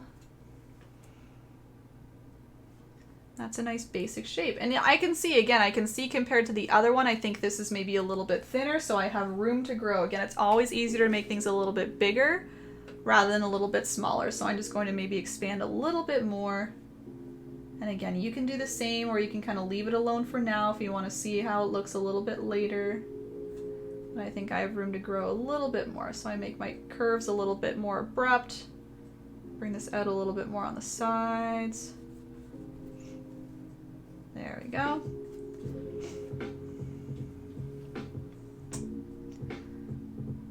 Nice job, Phoenix. Yay! And again, what also is a little bit funny is that we can't see the chin. If we were to see the chin, it could really help complete the whole look. So if you want to like use your brush to kind of stroke it in, just to kind of see on your end how it's looking, you can always do that. If that helps you see the overall shape a little bit better.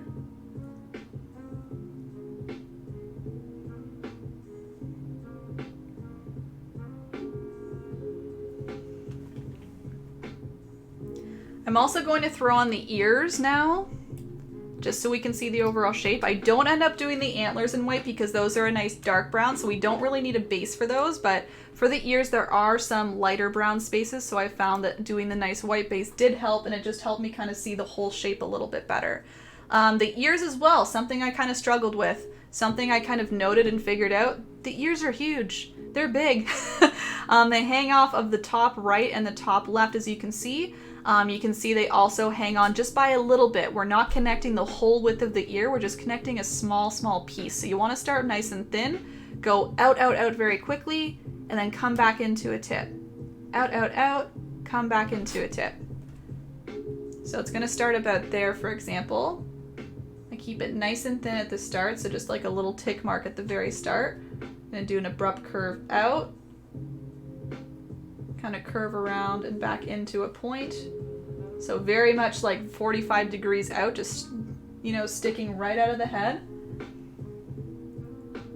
Do a nice little tip, kind of curve out, back in, and you can see nice and thin at the start here. Fill it in, see how it's looking.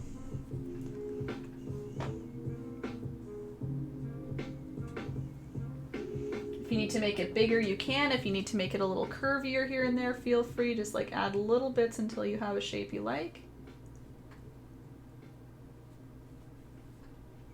think that's a nice shape there.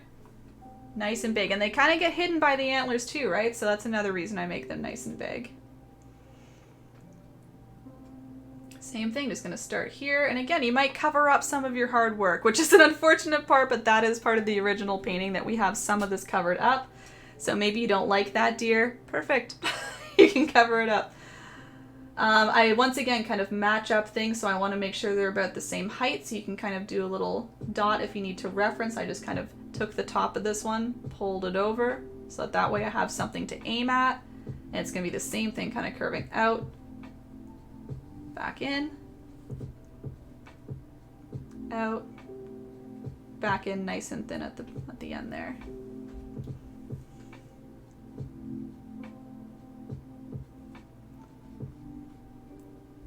I feel like I like doing maybe a little bit of more of a dip on the underside. You can kind of see it's a little bit more flat, I guess, on this top side, and a little more of like a sharp curve on the bottom. Small detail, but it's something I noticed I'm doing here. Filling in. Oh, there goes most of my deer. Oh no. That's okay.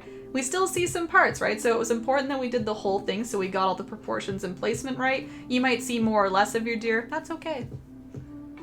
All part of the painting. Again, it helps with depth as well. It really shows things kind of in front of one another rather than kind of beside all the time.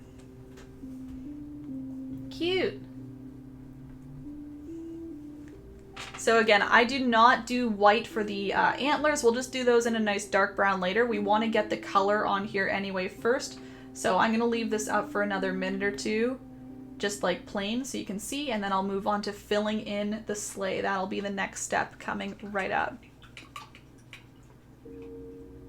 Do you ever draw before the painting? It helps me have an idea of the overall painting. That's kind of what I do when I'm doing the white paint, Jen. To me, that's like the drawing for me. Some people prefer literally drawing it out with like a pencil. I assume that's what you mean, a pencil, or sometimes people use chalk. I think chalk is a great option because it kind of rubs away if you want it to. But yeah, I've just kind of learned, instead of using a pencil, just to use paint. It's the same idea for me. I'm kind of sketching things out.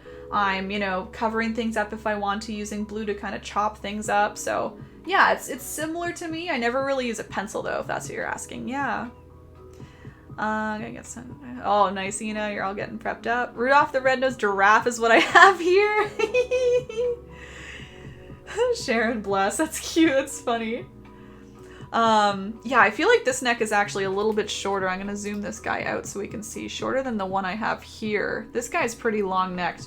My suggestion, Sharon, is when we do the head, you can kind of move the chin maybe a little further down, and that might make the head, or the neck rather, look a little bit shorter. You can kind of extend the cheeks a little bit further down, kind of curve them out and in a little bit more. And then when we do the chin, you'll make sure you're kind of dipping on top of the neck, and it'll maybe look a little less giraffe.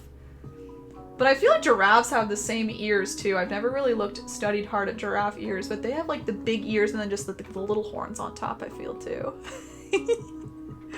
My ears are wonky. What's up with them, Mish? I'll try and describe again maybe if you're wondering kind of what's up with them. So like keeping them nice and thin here really helps me. So they're not connected like fully at the width, they're connected just at a small little bit here. They come about 45 degrees out, so you want to make sure that they're really going like straight out like that. And I would say I kind of keep this curve a little flatter on the top part, so on the inside tops, just like more of a subtle curve, and then more of an abrupt curve. It almost come down and then like a big curve in the middle to come back in. I find that gives it a nice kind of ear look when I was really looking at deer ears rhymes.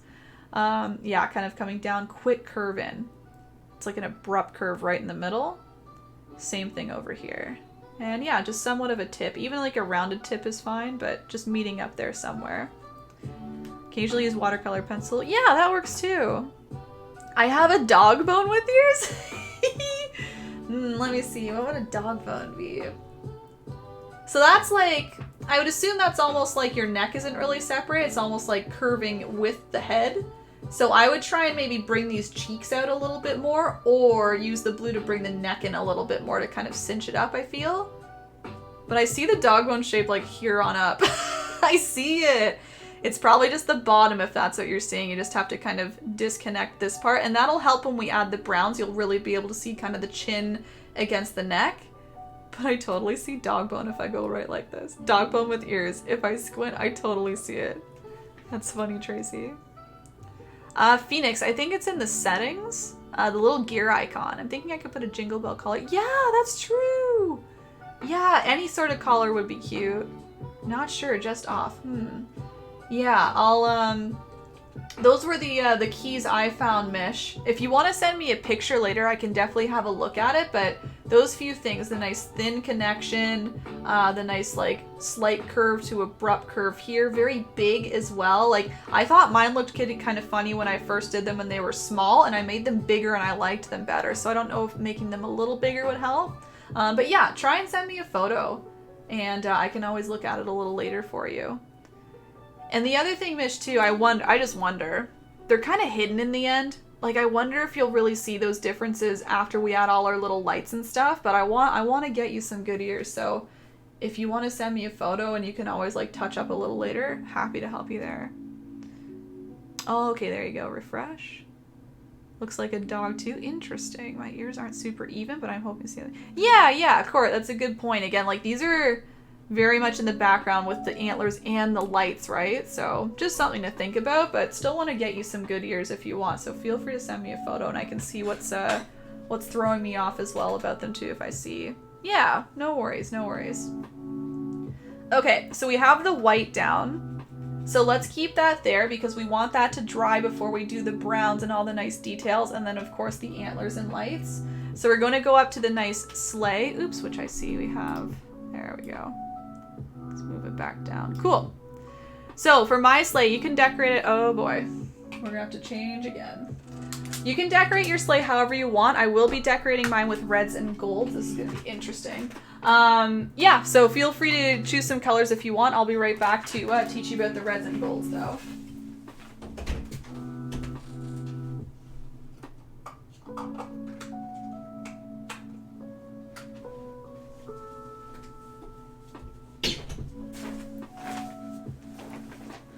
We're going to be changing these out quicker and quicker. Trying my best.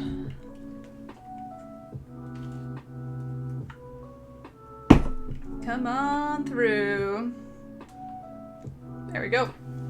Okay, so I'm going to be filling in my my sled with some reds and some golds. So I'm going to start with a nice kind of like deep dark red.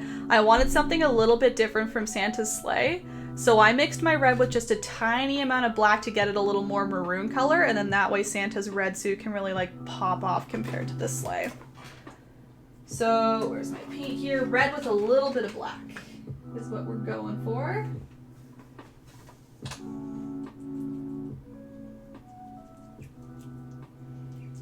So it turns into like a slight maroon color, just like a deeper red. Lots of red, little bit of black. Perfect, Mish. I'll see if I can look at it if I have a quick break, even like right now. I'll try and get these colors on and then I'll help you. So I'm leaving a little bit of a gap along the top because I like kind of that gold trim along the top. So I'm just leaving a little bit of a white line along the top there. And then all you're doing is kind of filling in what you see in the sled here. So filling in with a nice deep dark red. Again, choose whatever color you like. If you want to make a different color sleigh or a nice bright red sleigh, you can do whatever you want. I just like the idea of having it a little bit different than Santa's suit there.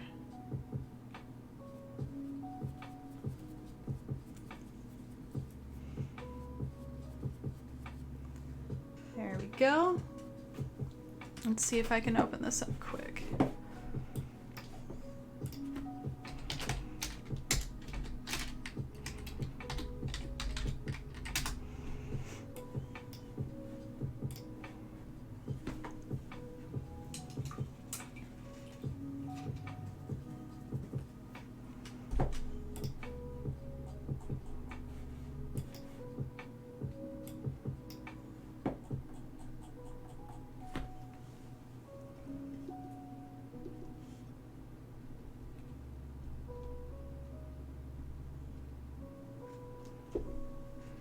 Okay, I see it, Mish. I can give you a comment or two in a quick second. But I'm going to add the nice gold trim after the red, so I'm just now mixing yellow with a teeny bit of white to really brighten it up.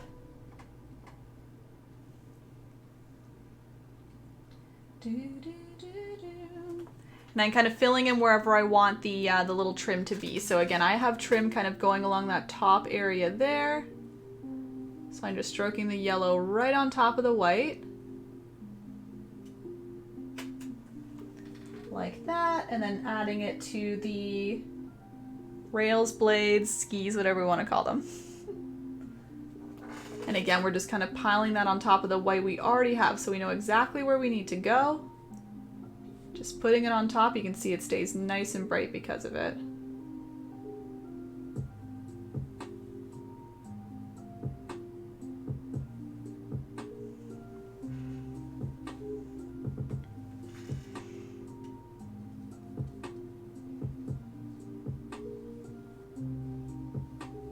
You can really take your time with this, of course. I'm going a little quick just so you can see the idea there. I could, of course, clean that up a little bit more, but I'm just going to leave it as is.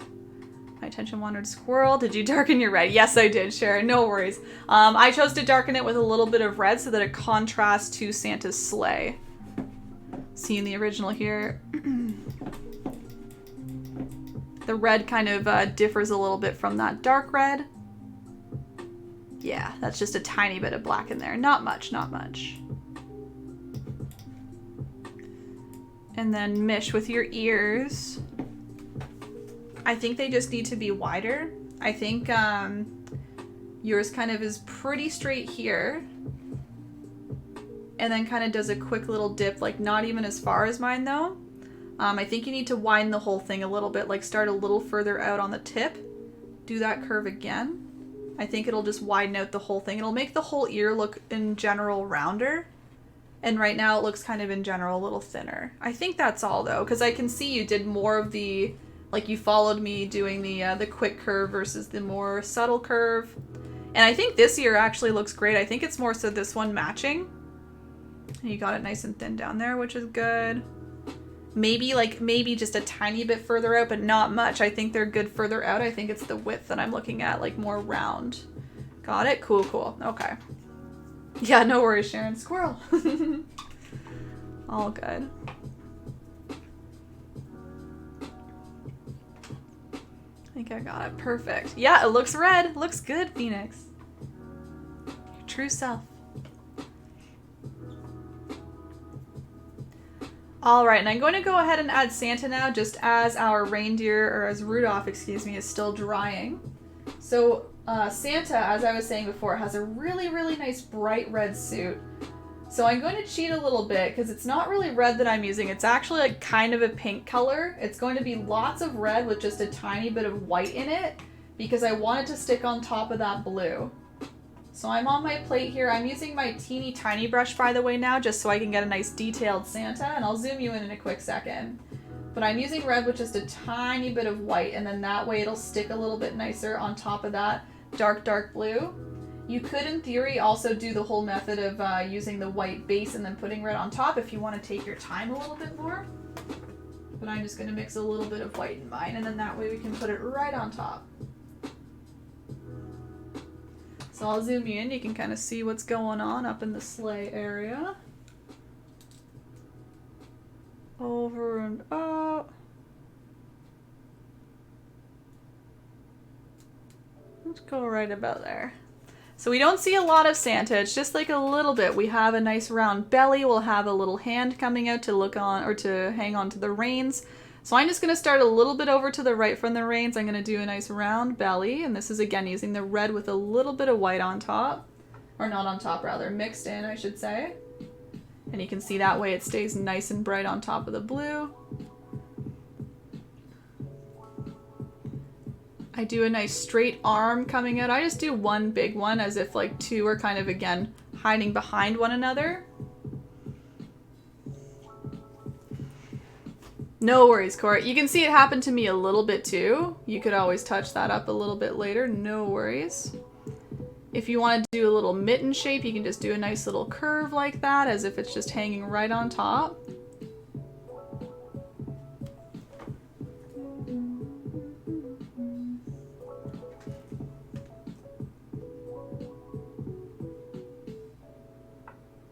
So he's just a mysterious fellow. We kind of have the suit, we have a nice arm coming out. I'm just going to expand that a little further back. And do the back of Santa there so we don't really see his face or anything. Just his nice suit. I'm keeping it all red for now, or again, you can call it pinky red if you mixed a little bit of white like I did. And then what I'll do is I'll add things like a little belt and some little white detailing a little bit later once that's dry. Yeah, no worries, Mish. Glad that worked. Now red, finish my background. Nice. Good job, Phoenix. Yeah, sometimes it takes a refresh to see your name change color, but I see it as red now. And I think you added capitals too. We didn't have that before, so there you go. So yeah, red base, we're going to keep it just like that for now. We have a little belt, some little white detailing. I'll zoom in to show you there.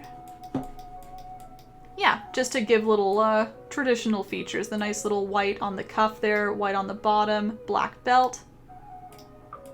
We'll add that later on once that dries a little bit more. But again, very straightforward, not a lot of detail to that. Just a nice arm coming out, nice round, large body. He's a mysterious fellow.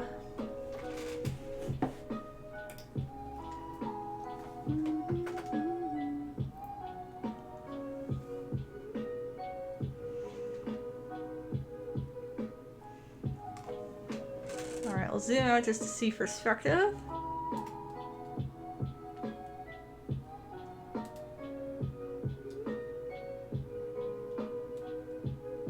A little further. There we go. I think my arm just needs to be brought up a little bit. There we go. Cool. Yeah, it looks good, Phoenix.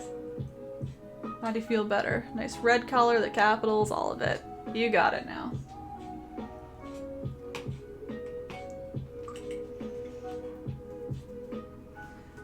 Alright, giving another minute or so if you're still working on Santa or anything up here, and we're going to move down to Rudolph. We want to get some browns on here. We want to get some nice like light browns kind of mixing in near the eyes, on the ears.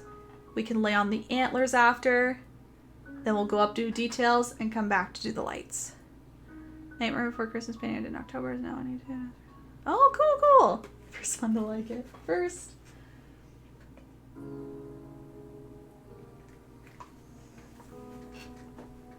So if you have brown pre-mixed, you're welcome to use that. You can use anything, as I said at the start, just pre-mixed if you have it. But I'll be teaching you how to mix the brown in a minute, just so you know. Slimmers, have to call it quits tonight, so where can I download a YouTube link? Yeah, no worries. So it won't be up immediately. It might take me a little bit to get it up, like in the next week or so, I'm hoping.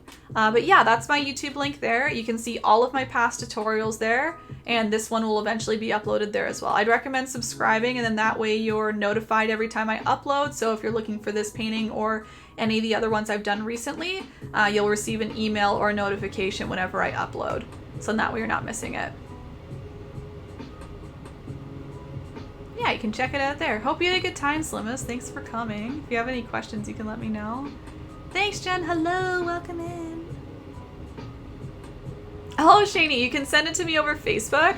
I can try my best to have a look right now, but if I can't, if I'm just too busy doing all the other steps, I can always respond to you a little bit later tonight or tomorrow, and then I can help you out further. So on Facebook would be recommended. There you go. So if you private message that page, that'll reach me, and then I can help you out. All right, so I'm gonna start mixing some brown. So I'm gonna start with a nice dark brown for the ears and the neck, and then we're gonna add some lighter browns for the face. You can see it's a little bit lighter in here versus the neck and the ears. So let's start with our dark ones, and we'll make it a little bit lighter as we go. So I'm going to use a medium round brush for that whole thing. So I would get this one ready, wash it off if it's a little bit dirty. and we're going to mix brown. Brown paint is a little bit difficult to mix, so just give yourself some time to mix it. We can all do it together though. We're going to mix 3 different colors. So we start with red and yellow, even amounts of red and yellow to make a nice bright, bright orange. It'll be like a fiery orange. It'll be like a reddish orange color. So half red, half yellow.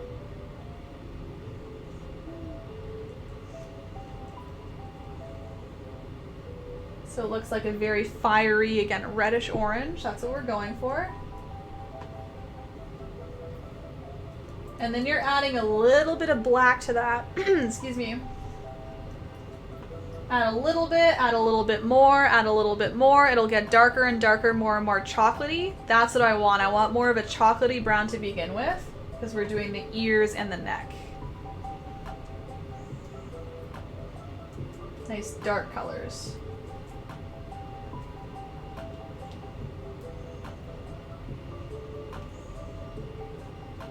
So what I'm going to do is I'm going to cover the ears and the neck fully with this color, and then I'm going to use white to highlight and to kind of mix around some new colors. So see how the ears, we have a little bit of lightness in the middle, a little bit of lightness in the neck.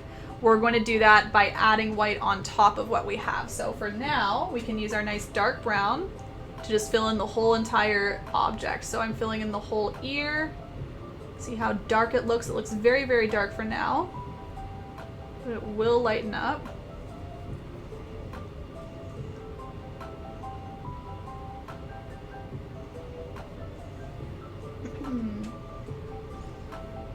So just filling in anywhere where you see white, because we've already done the work of shaping out the ear. You're just kind of filling it in right on top. Doing the other one. What colors? No worries. That was red and yellow first, so I mixed red and yellow to make a nice orange color. And you want to do even amounts of red and yellow. It'll create kind of like a fiery orange.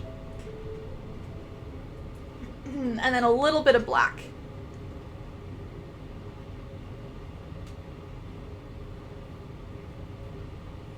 So yeah, orange first by using red and yellow, and then little bits of black. Phoenix, before I forget, my mom says, thank you for helping me out during this year. Oh, of course. I normally spend 5 days at the gym and in the pool and doing group activities. Right, and you don't really have the opportunity to do that right now with COVID. Yeah, of course. We're happy to have you here, Phoenix. Yeah. Thank you for being here.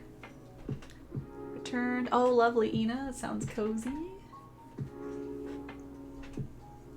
Okay, and I'm also doing brown for the neck. So the neck, what I'm trying to do as well is remember that we have a head here. So I want to kind of shape out the chin. So to shape out the chin, I'm just kind of going where the head connects to the neck and doing kind of a curve down and then a curve back up. So I'm kind of just completing the head. We can see a nice little chin here now. So just making sure I'm keeping that empty. If you cover it a little bit, that's okay. We can always go on top, but this will just help with later. Once again, filling in the whole thing.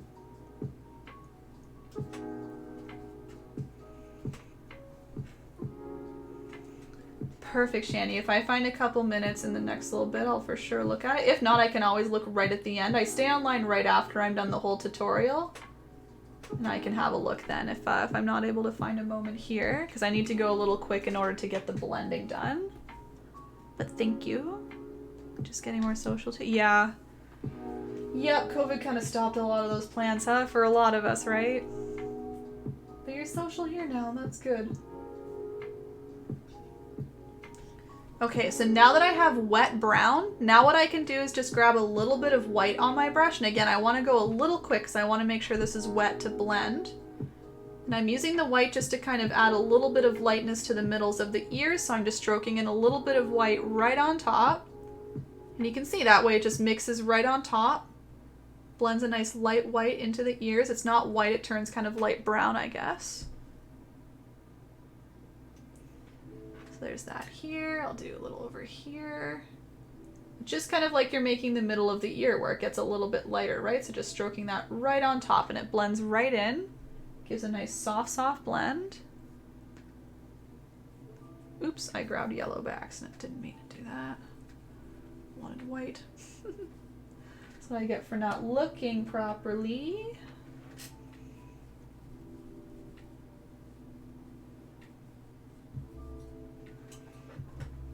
And I do that to the neck as well. I like the idea of having, oops, I grabbed yellow again.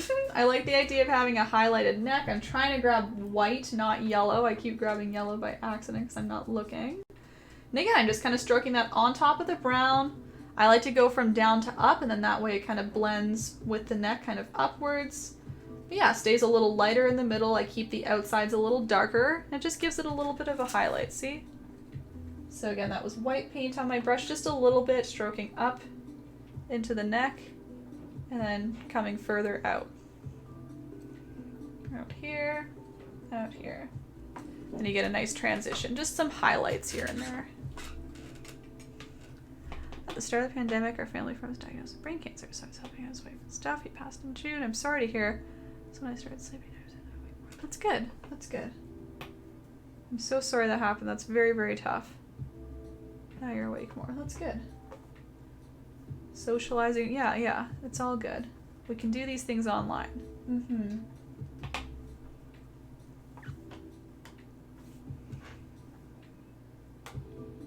So I'll give a quick minute if you're still blending the neck or the ears. You can always re-add brown if you need to. But I'm just kind of keeping, oops, what I have there and yeah, using it nice and wet to blend. Hamburger, hello Alexi, how's it going? It's late for you too, my gosh, you're all up so late today. How's it going? Happy Saturday? 5 a.m. What the? Phoenix, I'm so sorry. I think you haven't mentioned specific people before, but I think you've mentioned that that affects you. Yeah. Almost 5. Oh, you're 7 hours? Boogie dog. Alright, so I'll go into the face of the deer now. So for the face, we're doing another brown. We're just doing more of like a light kind of caramel brown to begin with. We're not starting with the chocolate brown. We're going more kind of a yellowy caramel, and then we're going to put some white on top just like we did with the other brown. So if you have your chocolate brown mixed, you could grab a little more yellow, and you can add maybe a little bit of white to it just to lighten it up a little bit. And that'll also, again, the yellow will make it a little more kind of caramel looking, which is what I like for the face. It's a little more, yeah, a little more yummy looking. I don't know. It looks like caramel. It looks yummy. So a little white, a little yellow to your existing brown. I'm just going to give you a quick swatch so you can really see a difference there. Looks a lot more kind of caramel rather than chocolate. All these yummy colors, you know, I just want to name them all yummy things. Oh darn, I'm late with that painting. That's okay. I uploaded to YouTube, did you know?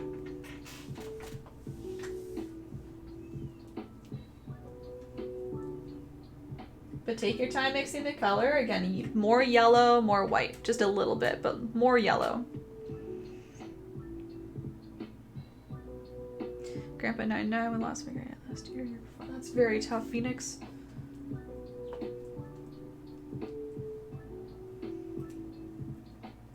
Yeah, especially so many consistently, I understand. P.S. The paint doesn't taste like caramel. True. Can confirm. Alright, I've got a color I like, so what I'm doing now, and whenever you have your color ready, again, I would just take your time with making your color. So you can add it quickly whenever you're ready, because we want to add it fast so we can blend the white on top. I'm adding it all over the face. So once again, just kind of framing the whole thing going on top of my white paint.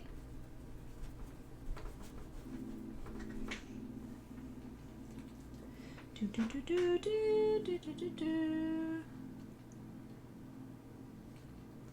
All the way down at the chin, filling in, filling in.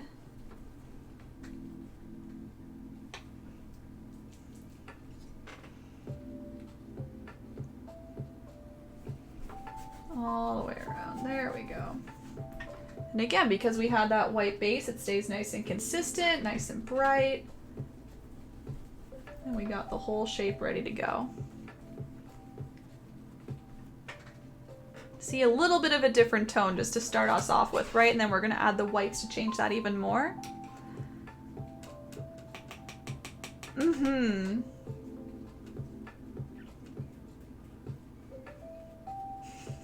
She's trying to fix her sleep schedule. So we have the wet caramel here. And again, I want to move a little quick to make sure we're blending on top as it's still wet. So whenever you've got your whole base down, again, I'll slow down right after this, but just need to show you to blend. I'm using just a little bit of white on my brush. And I kind of highlight these two sides here. So pretty much from the ear, I kind of curve in and then down and start to highlight that whole area. So that's where the eye will be up here. We're just using white to kind of highlight a little bit. We don't want a whole lot of white. But yeah, softly you can kind of, it doesn't need to be like a defined shape. You can kind of just softly stroke in some white to make it a little more highlighted.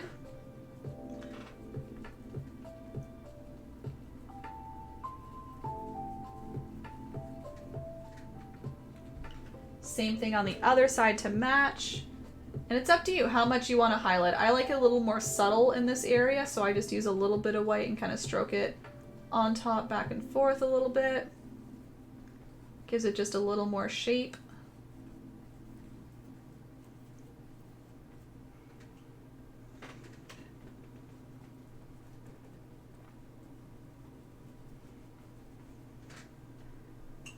See the glare there. I'll try and twist it there. Whoops. Trying to keep it nice and even, of course, so I'm just kind of going back, trying to even these a little bit more. Highlighting the outsides a little bit more. Sorry, you added yellow to the brown. Was that it, please? Oh, yeah, Jen, no worries. Yeah, it was yellow and a little bit of white. Yellow and a little bit of white just to lighten it up a tad. Make it more of the caramel, if that's what you're asking, right? I think so.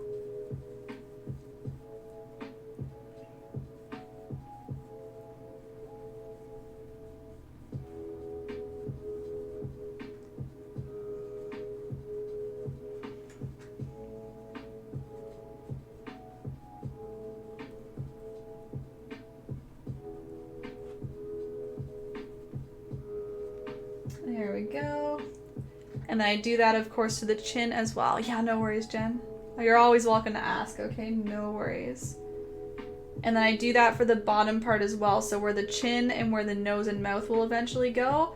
The only difference is I use a little more white because I want to lighten it a lot. So I just use a little bit more white on my brush as I'm going around this area here. I'm just kind of doing the chin, working my way up in the middle. See, it makes it a little more prominent.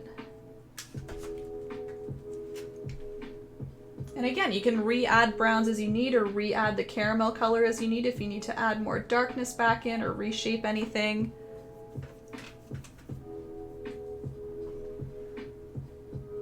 Oops, that wasn't the right color.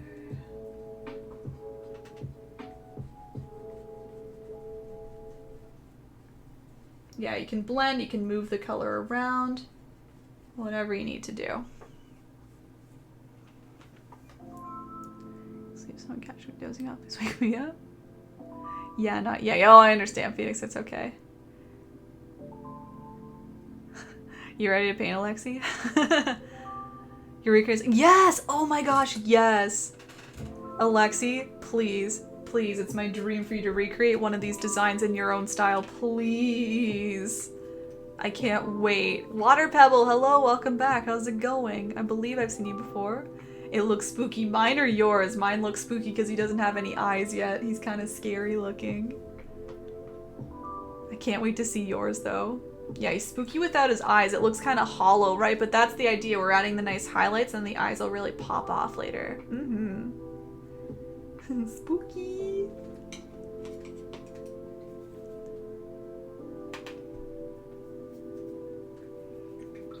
Alright, so I'm just peeking at the time. It's 10 o'clock. So just as a heads up, this will be definitely going over 10, obviously. We have, I'll let you know what we have left, just so you know. We have the eyes and the nose and the mouth, just as the details of the deer, of Rudolph himself. We want to go back and add just a couple of details to Santa, and then it's just going to be the antlers, lights, and the snow, of course. So just in case. Wait, how long? How long what? Till we have left, probably like 15 minutes to half an hour, probably. It's a little bit more of a, there's like multiple steps in the paint. Oh, we have highlights on the deer, like a lot of small things to add. Yeah. We're pretty close to the end. But usually, Alexi, we go for like 2 hours. This is going to be closer to like 2.5 probably. You can stay up? Cool, cool. So I'm just giving a quick minute in case anyone's still blending all those like light colors in the face. Until 10, that's 5 hours. Oh. Oh no, it's like 10 o'clock EST now. And usually we're ending by now. But this is a little more of a longer painting. You heard the 10, gotcha, okay. 10 more hours. Imagine. 10-hour painting. Right, looked at the clock, got a panic attack. No! You think you can whip out your rendition in half an hour?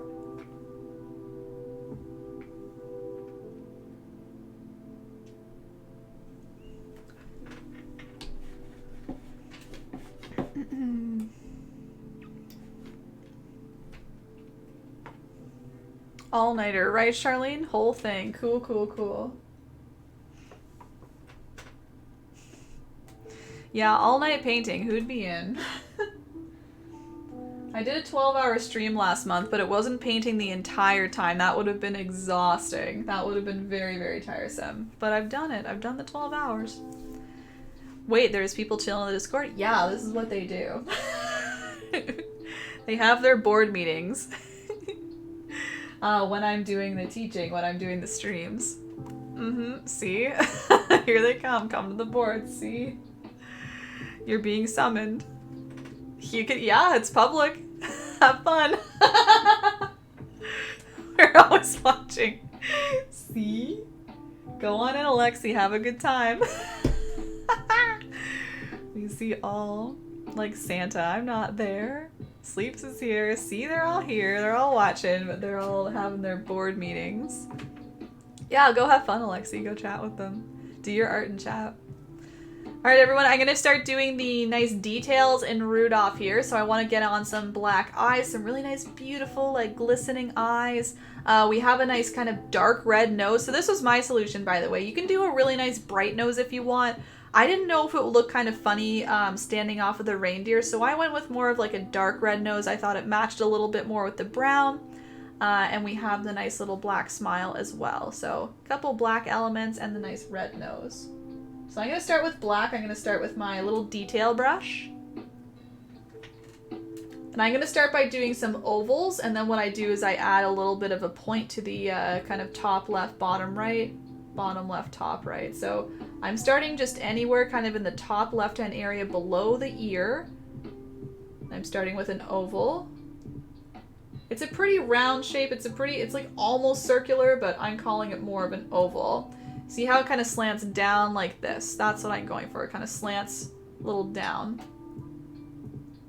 And I like to make them nice and big. I thought this made them look really cute. So this is actually small. I'm going to make these a little bit bigger. Just little bits at a time.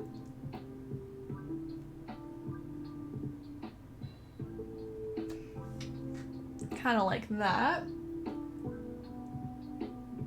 So again, rounding it out a little bit more. It's a very loose oval.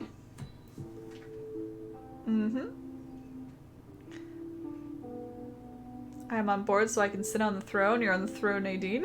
Can I, Grok? Of course you can. 30k away. Congrats, Phoenix. Whee! Yeah, go ahead. Get in there. I see Alexi's in there. I'm peeking now. Yup, go have fun. See? And we'll do another one right here. Same thing, we're slanting the other way though. We're slanting in like this.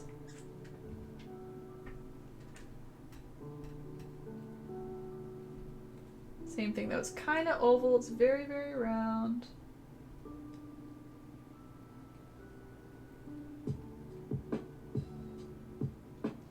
Nice and big. I just go a little bigger than I think. I just find it kind of makes them look a little cuter. We'll add some little white dots, like little glistens in there.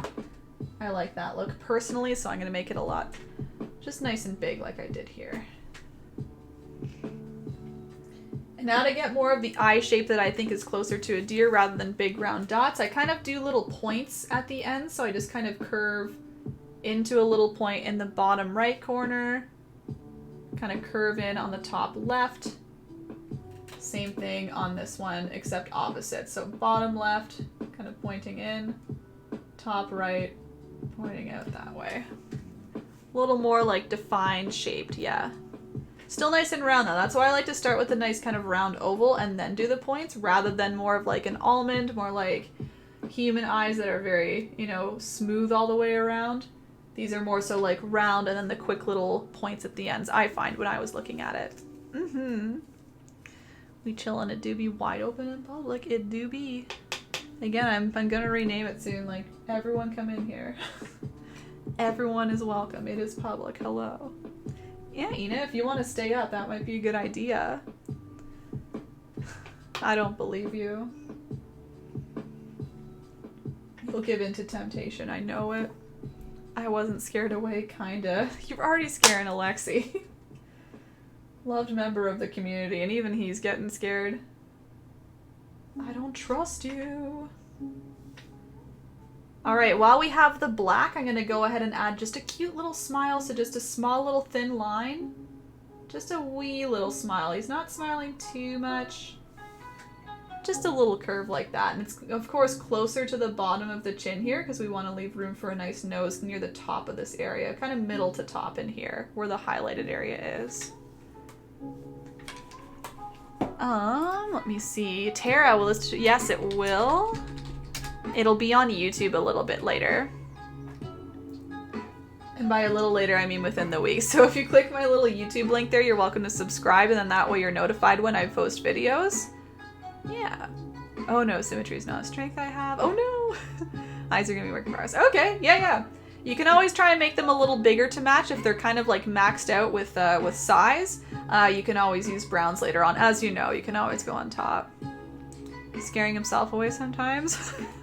Kicks himself out.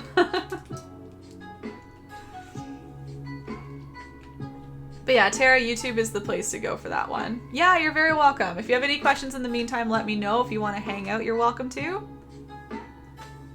Either way, though.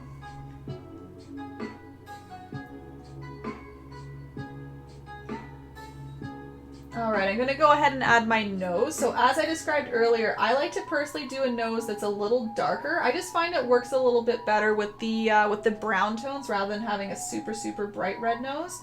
If you want a bright red nose, you'll probably have to add a white base first and then add the red.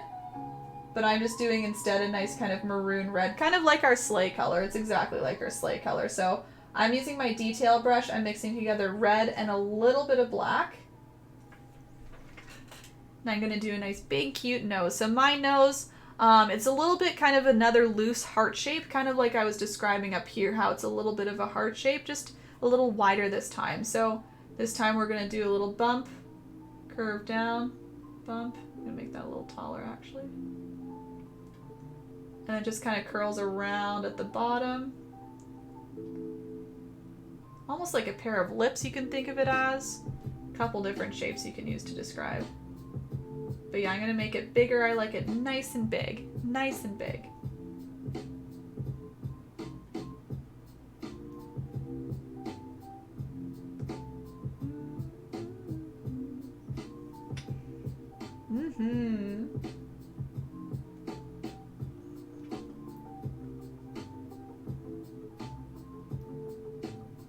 It's like a bean shape. It's like a little lima bean. Erin, the deer looks like it's gonna murder me. Yours or mine? It's not even the scary one. Mine is! I'm doing it in Paint 3D. So many voices my brain's gonna shut down soon. Ida! What's up with it, Alexi? I want to see it. So many new voices, a lot of new voices, and Alexi. So, Ina, it's not helping you stay awake? And then to the nose, everybody, I'm just adding some little nostrils. So I'm just grabbing a little bit of black, adding a little bit of black on the bottom left, a little bit of black on the bottom right, just for two little nostrils. They're just kind of like little ovals, just resting on the bottom of that shape.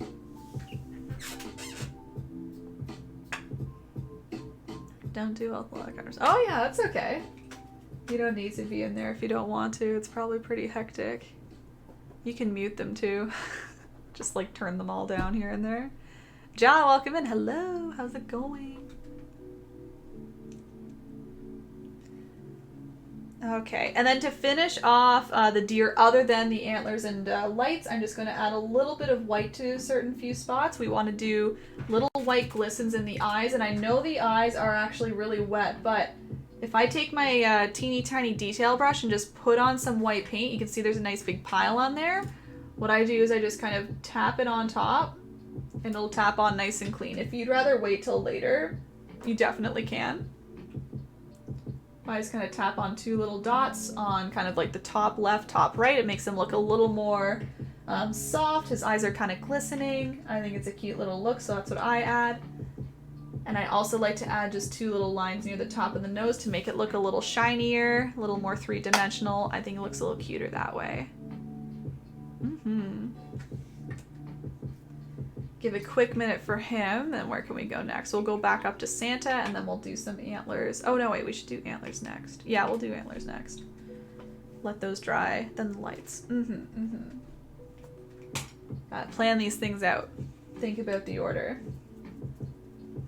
It's amazing how I usually create these paintings like a week in advance, 2 weeks in advance. Sometimes I need to rethink. Sometimes I'm like, how did I do this? But I figure it out. Okay, I'll give you another minute if you're still playing with the face or any of the facial features.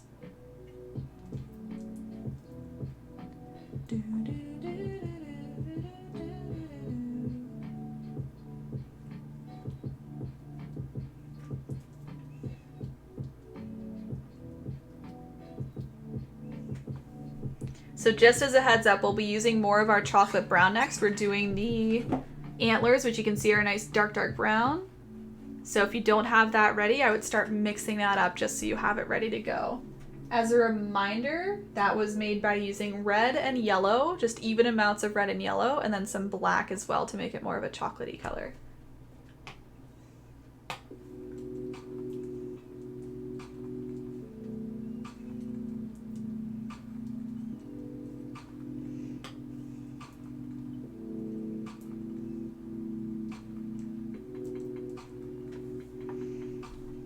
This will keep me awake because I really need to think of it. Gotcha, okay. Whatever works, Ina.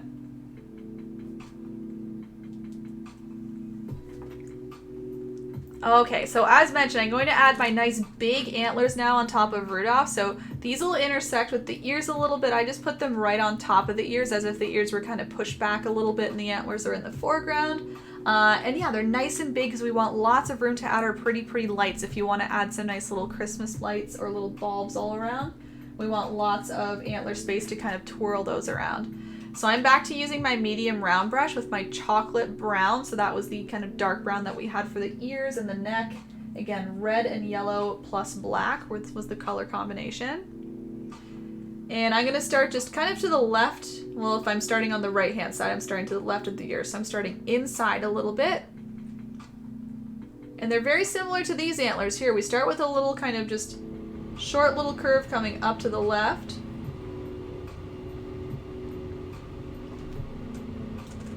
And then we do a nice big curvy one coming up to the right. And I'm on the right hand side as I'm saying this, right? So there's a nice deep curve over. You make it come up, nice and tall. Kind of falls off the outside a little bit. But nice and big. Again, you can overlap things if you need to. I overlapped my ear, for example. That was totally fine.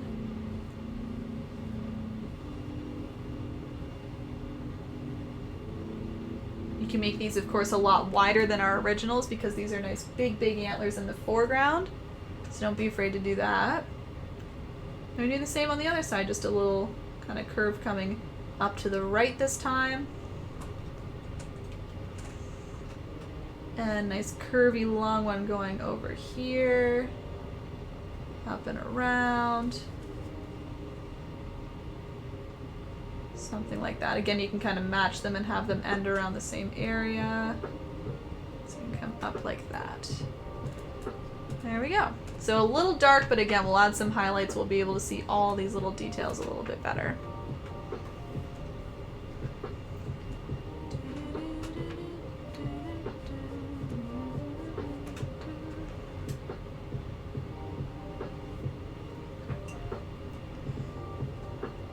And then we just want to add some small little tick marks or small little pieces of antler coming off of the big one. So same as these ones, right? When we just added small little curves coming off, I'm just doing that again. I'll do another curve maybe here.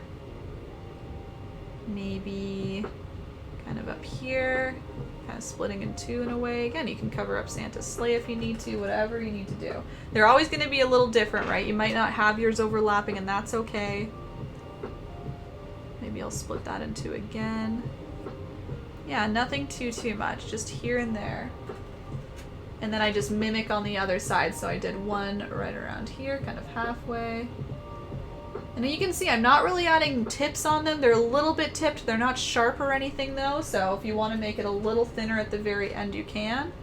Just by using the tip of your brush as you go, but otherwise I'm not too worried about creating a very thin tip. They're all very thick. There we go, just a few here and there.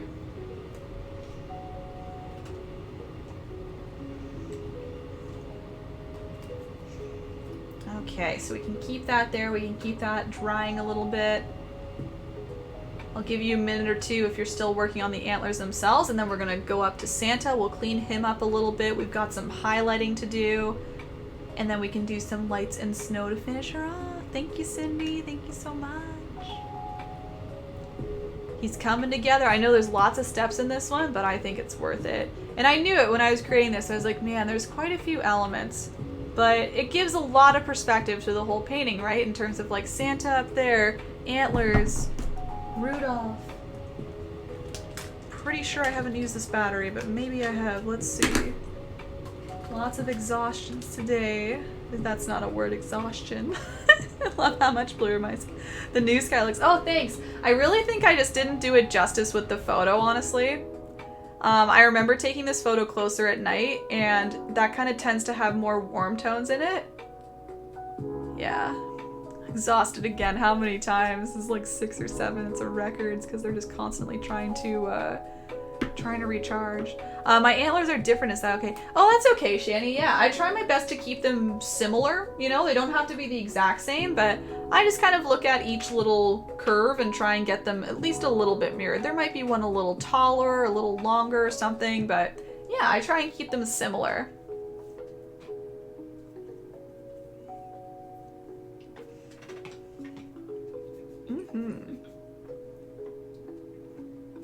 I'm shocked Wookiee's still awake. All of you, yeah, all of your late night tonight. Wow, wow.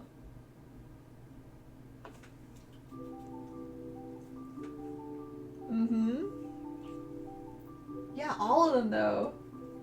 It's like 4 a.m., 5 a.m. for some of them, Cindy.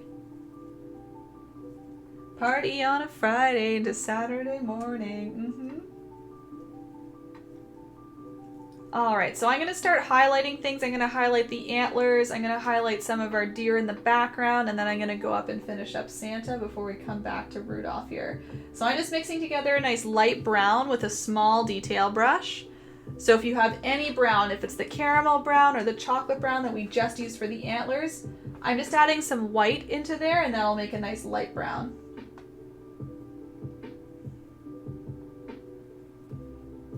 And that way I can use a light brown to highlight things like the antlers, again, the deer in the background, just to make them pop off a little bit more. So subtle detail, but I think it's a nice one. So I'm just looking at where the light source is. Our light source is the moon. So we're going to be highlighting any edges that are closest to the moon. So like that edge here on the antler, maybe right here.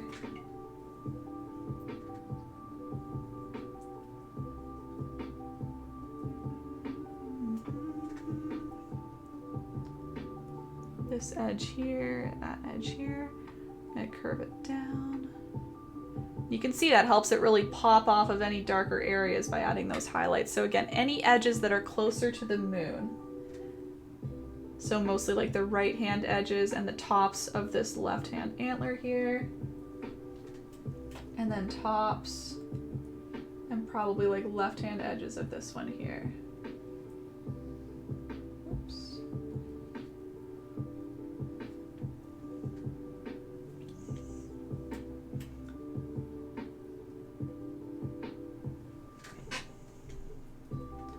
Any edges closest, so sometimes it switches. This will be the right hand side. Oh, there we we go.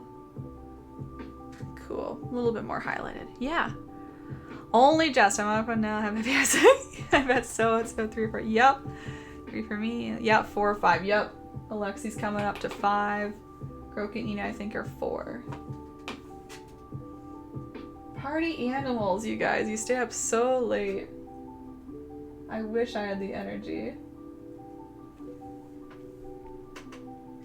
Okay, and then I also like to use this color to highlight a little bit of the background deer if you need to. If you like having them kind of in the background, more silhouetted, that's okay. But I just like to kind of touch a little bit of like the top part of the face here. Maybe a little bit of the antler. Kind of the front side a little bit. Just little bits to make it pop off a little bit more. My poor second deer is like almost totally covered compared to my original, but I'll still try my best to highlight a little bit of his antlers so he's not totally hidden. That's really all though. I can't see like anything else. He's got his little butt here and his legs, so guess it's just his antlers. He's poking out there. You can maybe highlight the tail or back end of this guy if you want. Yeah. Whatever you think, whatever you need to help separate with, that's what highlights are good for. It helps with dimension. It helps with also separating those objects again. So add those wherever you need to. For me, I did them wherever I could.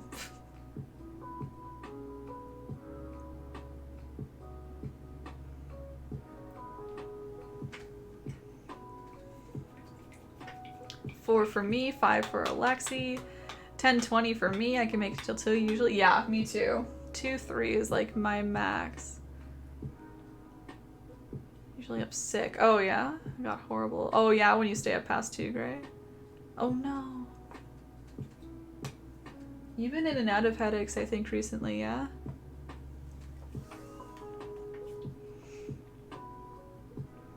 Alright, so those are the nice highlights on our antlers, on our deer. I'm going to go up to Santa now and just do a couple small details. I kind of pointed out before. I'll zoom in so you can really see.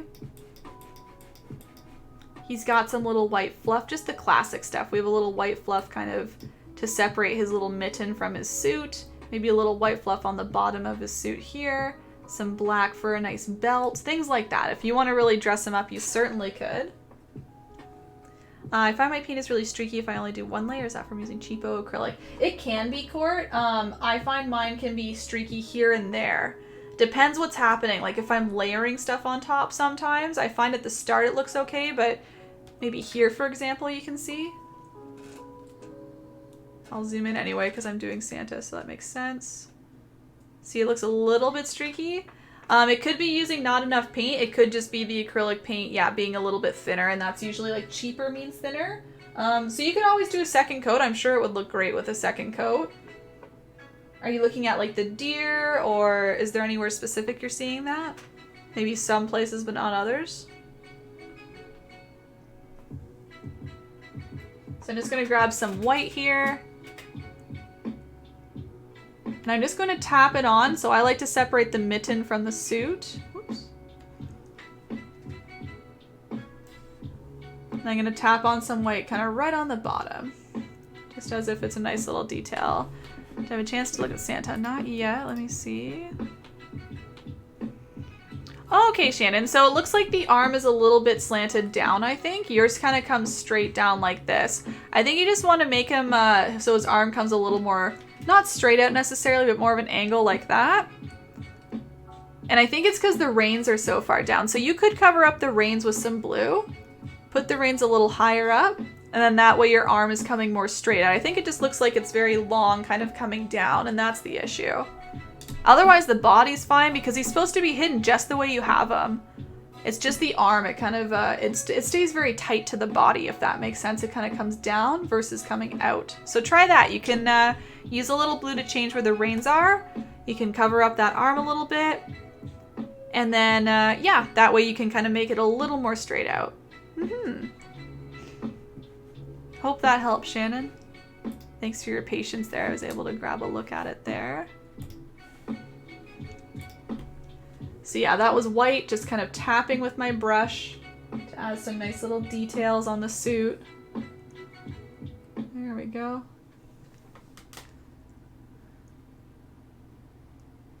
great. I know the stress of work isn't helping out. Yeah, ran into a problem, so I had too much room and now there's Godzilla. Excellent, though. That's your style. Go to bed late, I wake up migraine. Oh, I see. Sleigh. Yeah, mine too. Mine too. I think it's just, red can be streaky. So yeah, I find two colors, Court, are very streaky, no matter what quality. Yellow and sometimes red. Yellow for sure. Like you can see in here, it's very streaky as well. But yeah, red with just a little bit of black might be a little streaky on the sleigh. So if you're getting that, it's the same as me. Same, it's because I'm using a cheaper acrylic. I would just do a second coat and that'll help really, really clean it up. Usually it's only 2 coats needed, sometimes 3, but like hardly ever. As long as you're really letting it dry first, which it should be nice and dry now, and then going on top, you should be good. Yes, Guido Gazi is Alexi, correct. You're welcome, Shani. Hope that helps. I'm sure he'll post it too. You better post it, Alexi. I want to see. He'll post it to Archer, I'm sure. He's shared his work before. Okay, and then I'm grabbing black, and I'm just doing a nice thick belt. So it just kind of starts on the left-hand side, comes over and disappears into the gold. Again, if you want to do anything different, you're welcome to in terms of like dressing up Santa, making him a little fancier, whatever you like.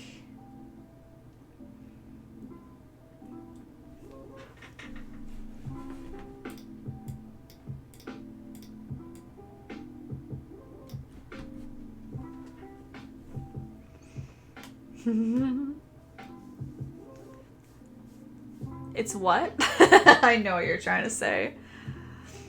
You're sold. He's looking right at us. Oh yes, he'll be ready soon. Alright, so that's Santa, that's the sleigh done. We can start to do our little lights next, so that'll be in the next minute or so. We'll start to work on our little lights. What you doing? Hello? What was Cindy's title? It was like, what's up? It's me. Zoom in on Godzilla for real. Santa does not look like Santa. Charlene, if you want to send me a photo, I can help you. He's a little, yeah, again, he's a little mysterious. He's not really going to look a whole lot like Santa because he's just kind of the suit and the arm. But I'm happy to look, Charlene. I can give you some advice for sure. It's not HD. Not high definition Godzilla, okay. Like a big shadow. Spooky. You're making an overall spooky, scary painting.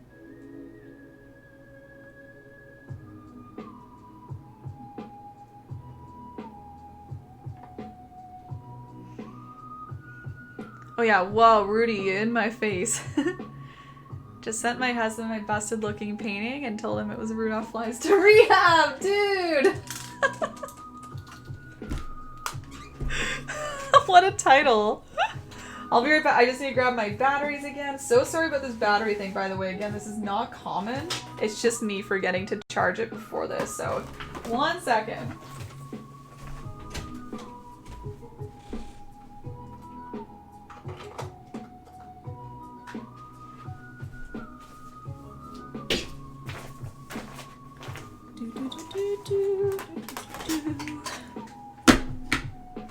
Five, 4, 3, 2, 1.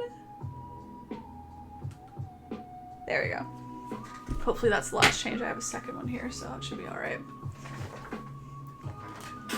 A lot of shadows. Sure, it's wonderful.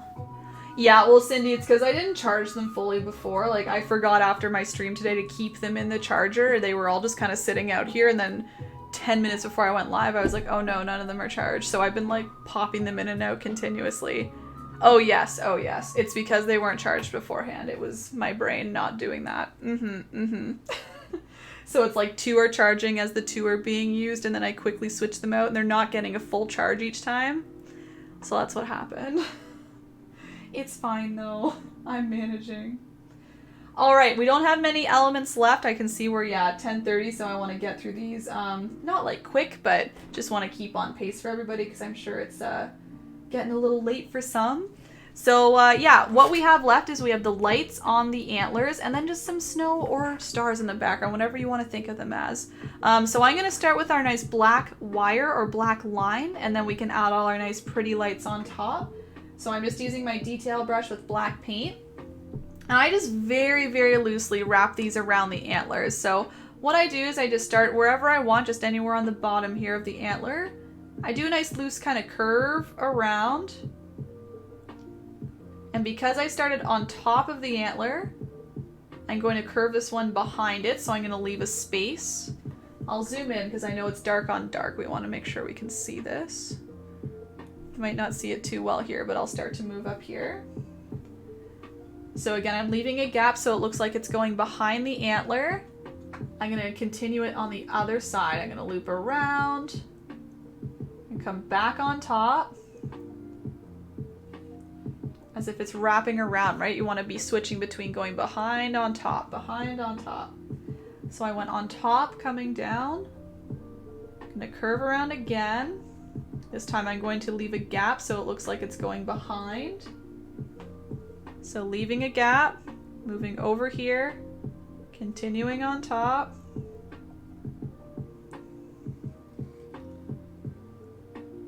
So I like to keep it really loose. I kind of go around, nice big gaps. When I wrap around, it now goes behind until it continues on this other side. Around. Wraps around behind again. So to get that pattern, it's going like on top, behind, continuously. And I don't really end them off anywhere in particular. I just kind of maybe bring them off of the canvas a bit. So I'm going to curve this one kind of off to the left, and it just kind of disappears. We don't know where the lights are plugged into. We assume they're maybe solar powered or just fancy lights of some kind. So don't think too much about it. They're just hanging out. I'll move you over to the other side. Maybe that'll be a little lighter. We'll see. But it's the same idea, just taking that black paint on a nice little detail brush and wrapping it around. So on top, around.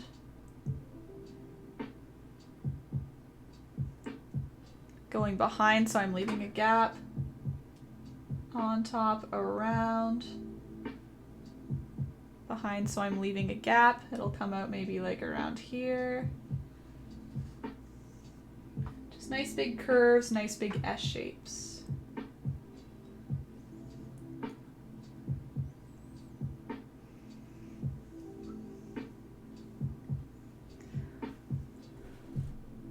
Computer to own, so much easier fingers type, right? There we go, and they just kind of wrap off the top again. See how it just kind of twirls off and just disappears into nowhere. That's what I like, just kind of disappearing. We don't really know what's going on. Again, it doesn't need to make sense. It's our magical world with our magical Rudolph. We don't need to plug in any lights or anything. That's fine. Cute.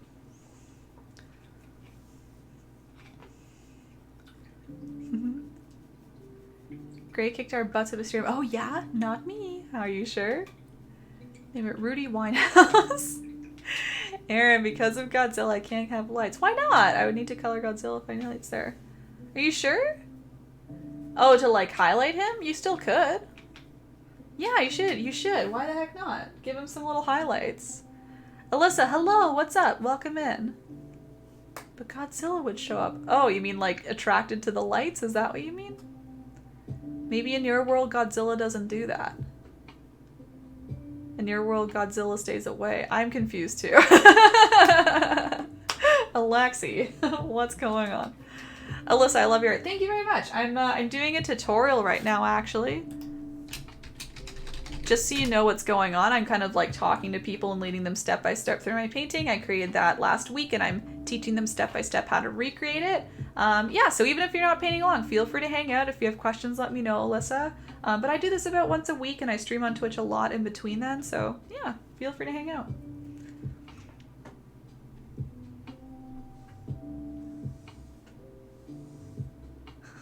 It's confusing me too. It's art.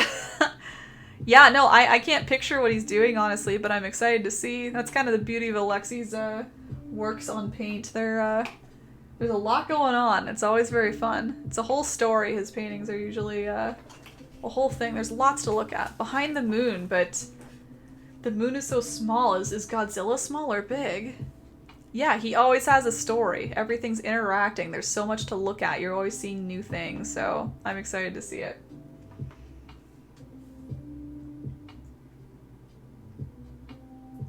Alright, so once we have the black wire on there, now we just gotta fill in some nice colorful lights. You can do whatever colors you like. I stuck to a few. I have red, yellow, pink, green, purple, things like that. You can do, again, any colors you like. I would just be aware that you might want to mix a little bit of white into all these colors just to help them show up on top of the blue. So, for example, even my red, it's just like Santa. I just added a tiny bit of white in there. And so it's technically kind of a pink, but it'll look nice and red on top of everything else. So I'm going to start with that. I have red with just a little bit of white mixed in. And I'm just doing these nice light bulb shapes. They're kind of like teardrops in a way. They're very rounded at the bottoms. And then they kind of curve into more of a point at the end. It's kind of like a rounded point, I would say. It's not really a tip.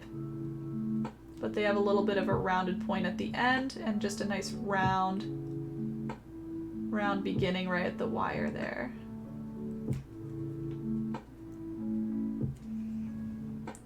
Maybe even a little bigger. I like to make them nice and big so they're nice and bright and prominent on the painting.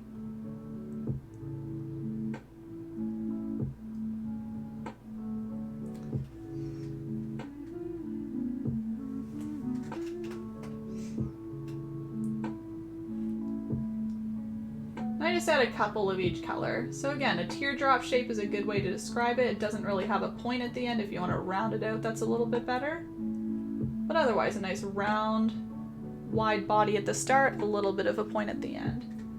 You can see I just kind of rest them close to the black wire. They don't need to be connected in any sort of fancy way. They all just kind of rest around.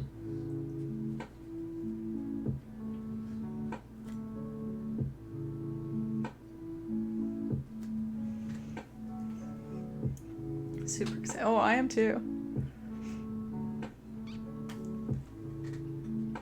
Yes, go in the Discord, Cindy. They're all in there. So yellow.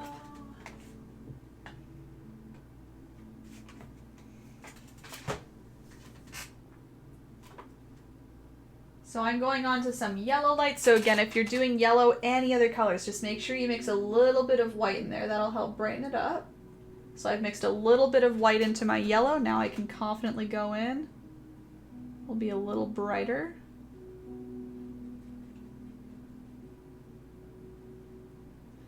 Even on top of a nice dark brown, as long as you have some white in there, it helps really brighten it up. Nice and opaque on top.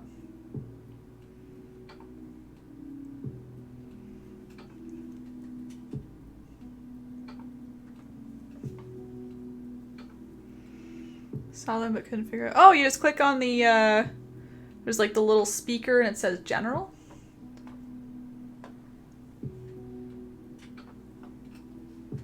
We're gonna go put one right here.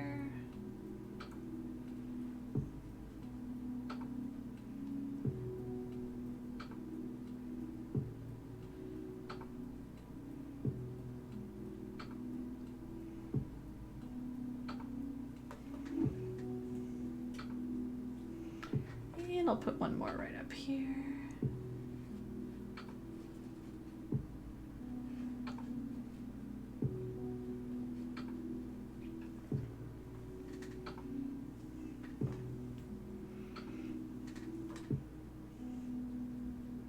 Yeah, Allie, were you looking into a PC? I remember you asking questions. I think it was you asking questions when I built mine.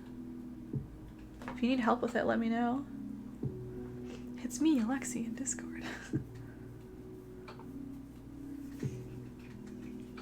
That's my yellow. If anyone needs help mixing colors, if they're not seeing a color you want as a light color, you can let me know. I can help you mix it. I'm covering quite a few, though.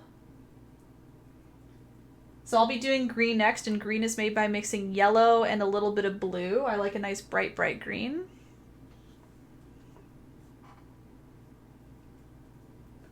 Yellow, blue, and like I said too, if you want to add a little bit of white just to keep it nice and opaque on top of all your other dark colors, you can add a little bit of white in there as well. Again, really customizable element now, just doing all your little lights in whatever colors you want. They're all the same, teardrop shaped, a little curved at the end. Going every which way, anywhere hanging off of the black wire. Oops, I went the opposite way. There we go.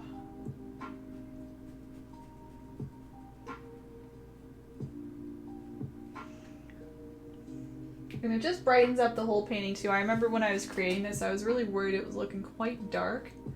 And I felt like the lights really just brighten the whole thing up too. So I just like to really load them on. Tons and tons and tons. Oh, it's for your son. Okay, okay. Did you end up doing that? Maybe you know now what you need to do. How do I make those colors in Paint 3D? You have a whole palette to just click on, don't you? I've never used Paint 3D. Are you not using MS Paint? Like the classic? Where you just open up and it's just like any color you want, just click on it. My favorite. It's a me, Mario. It's a me, Alexi. It's a me, Cindy. Oh yeah, you can use a Mac Alley for those games. There's a few games that we play that you can use a Mac for. Paint 3D straight from Windows. Oh, is that what it is called now? MS Paint is what I know. Microsoft Paint. That's how I know it. Straight from Windows. Okay, another one I'm adding is a nice purple. I love purple, so I'm adding blue and red mixed together plus some white, and that's going to create a nice light purple for me. It's the time of the night where my eyes start watering. Good job. So red, blue, little bit of white if you want a nice kind of lilac color like you see in my original. Ah.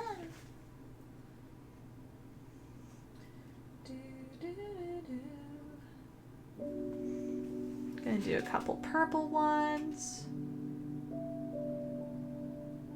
Purple kind of hides a little bit in the brown, as you can see.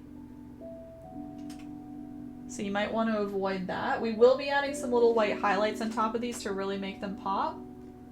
But just so you know, it might be better to stick these like on top of the blue areas or just anywhere else rather than the brown. Even though they're different colors, they kind of hide together, so recommend that. Oh, really? Godzilla got lights? Yes! Sparkle them up! Amazing, I can't wait to see.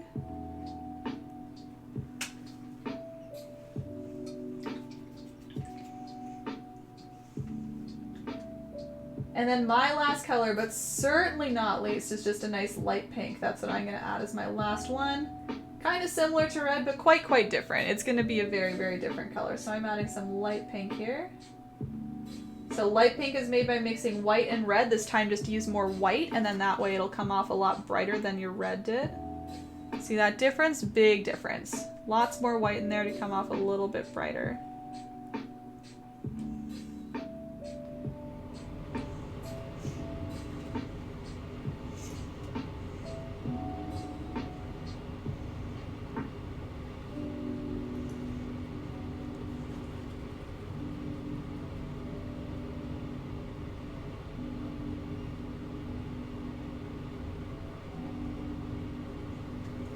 There's a couple pink ones. There we go.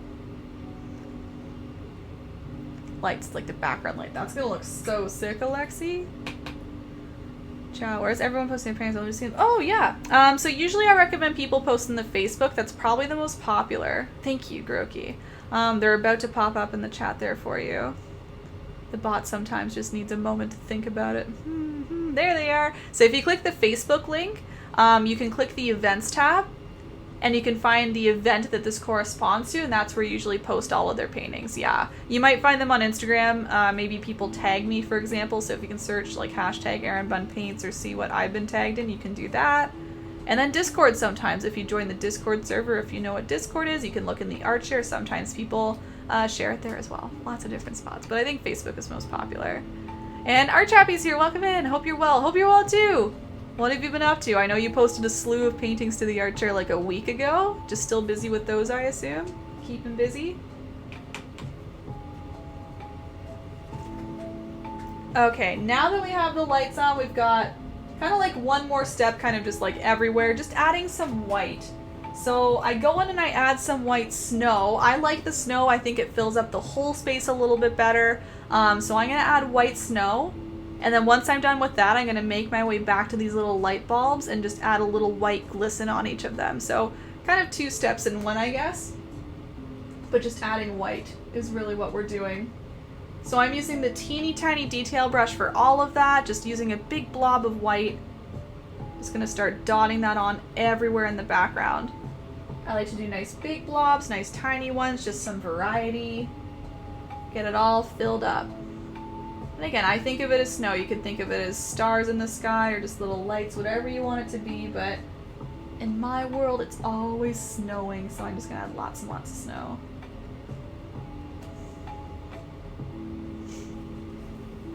Still loads to do by next week. Oh yeah, is it all kind of coming to a head at next week maybe? I see. Well, you've been working hard. Keep going. It's almost 6. Alexi!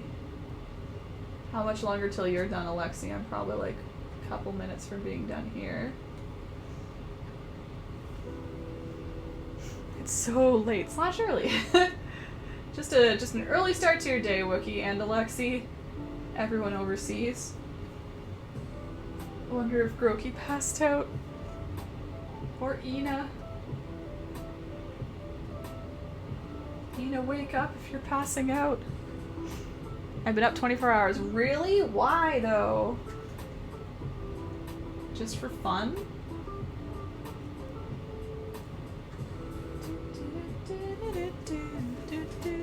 No sleep till Santa.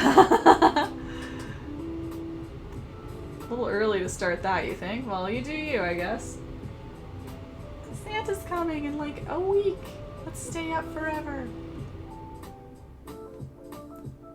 So again, I switch between larger dots, smaller dots, just to kind of keep the variety going. Just using the tip of my brush, either tapping or just kind of swirling around. Either one works.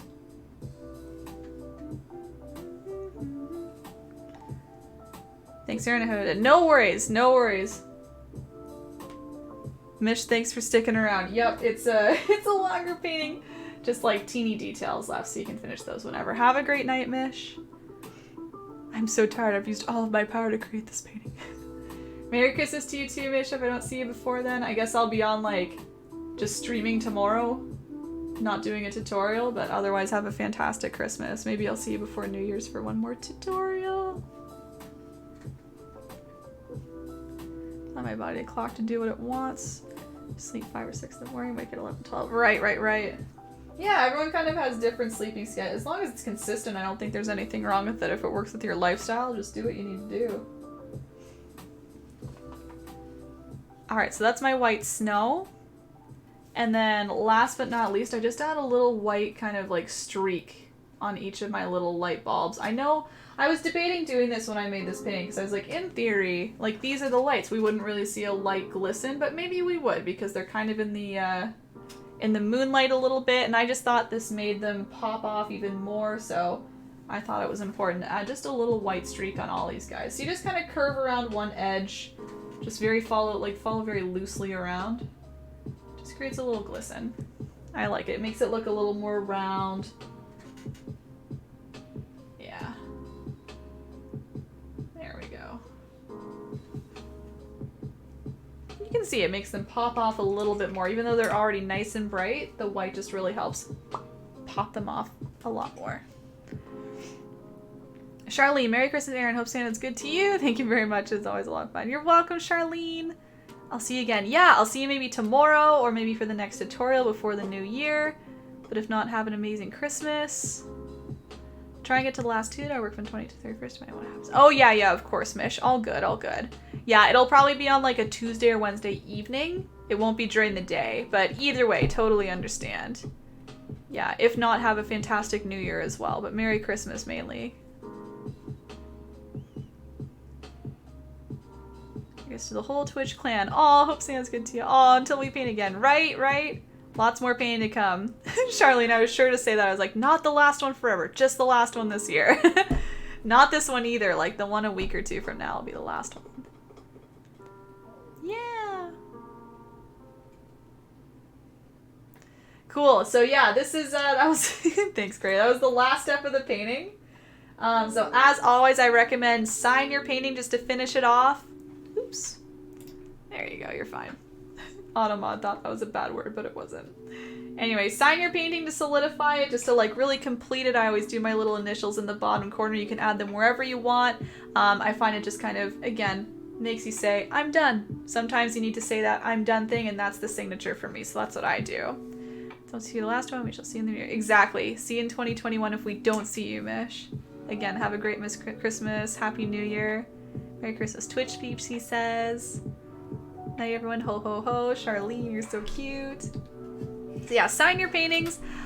If you would like, you can post your paintings. I would love to see your final paintings whenever you're all finished, either now or later, whatever you like. I'm just about to show you where to go for all of that.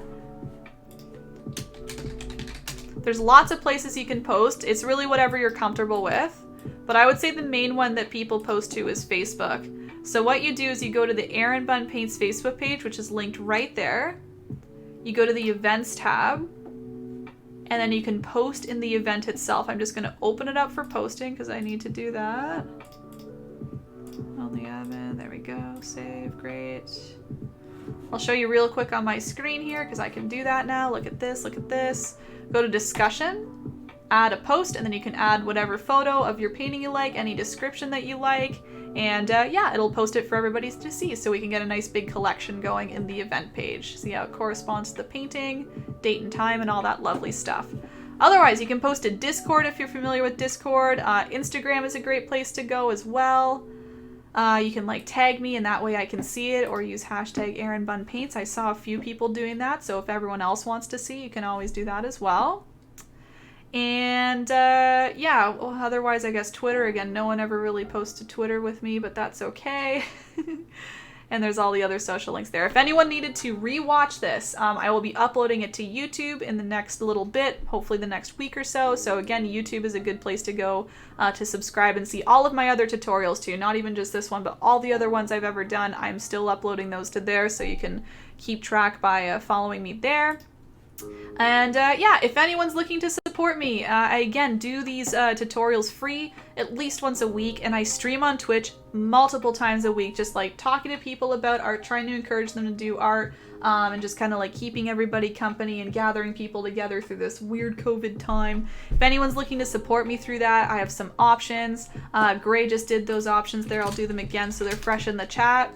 Is it tip or tips? I think it's tips. Good job, Erin. Anyway, there are tip options if you're looking to tip me tonight.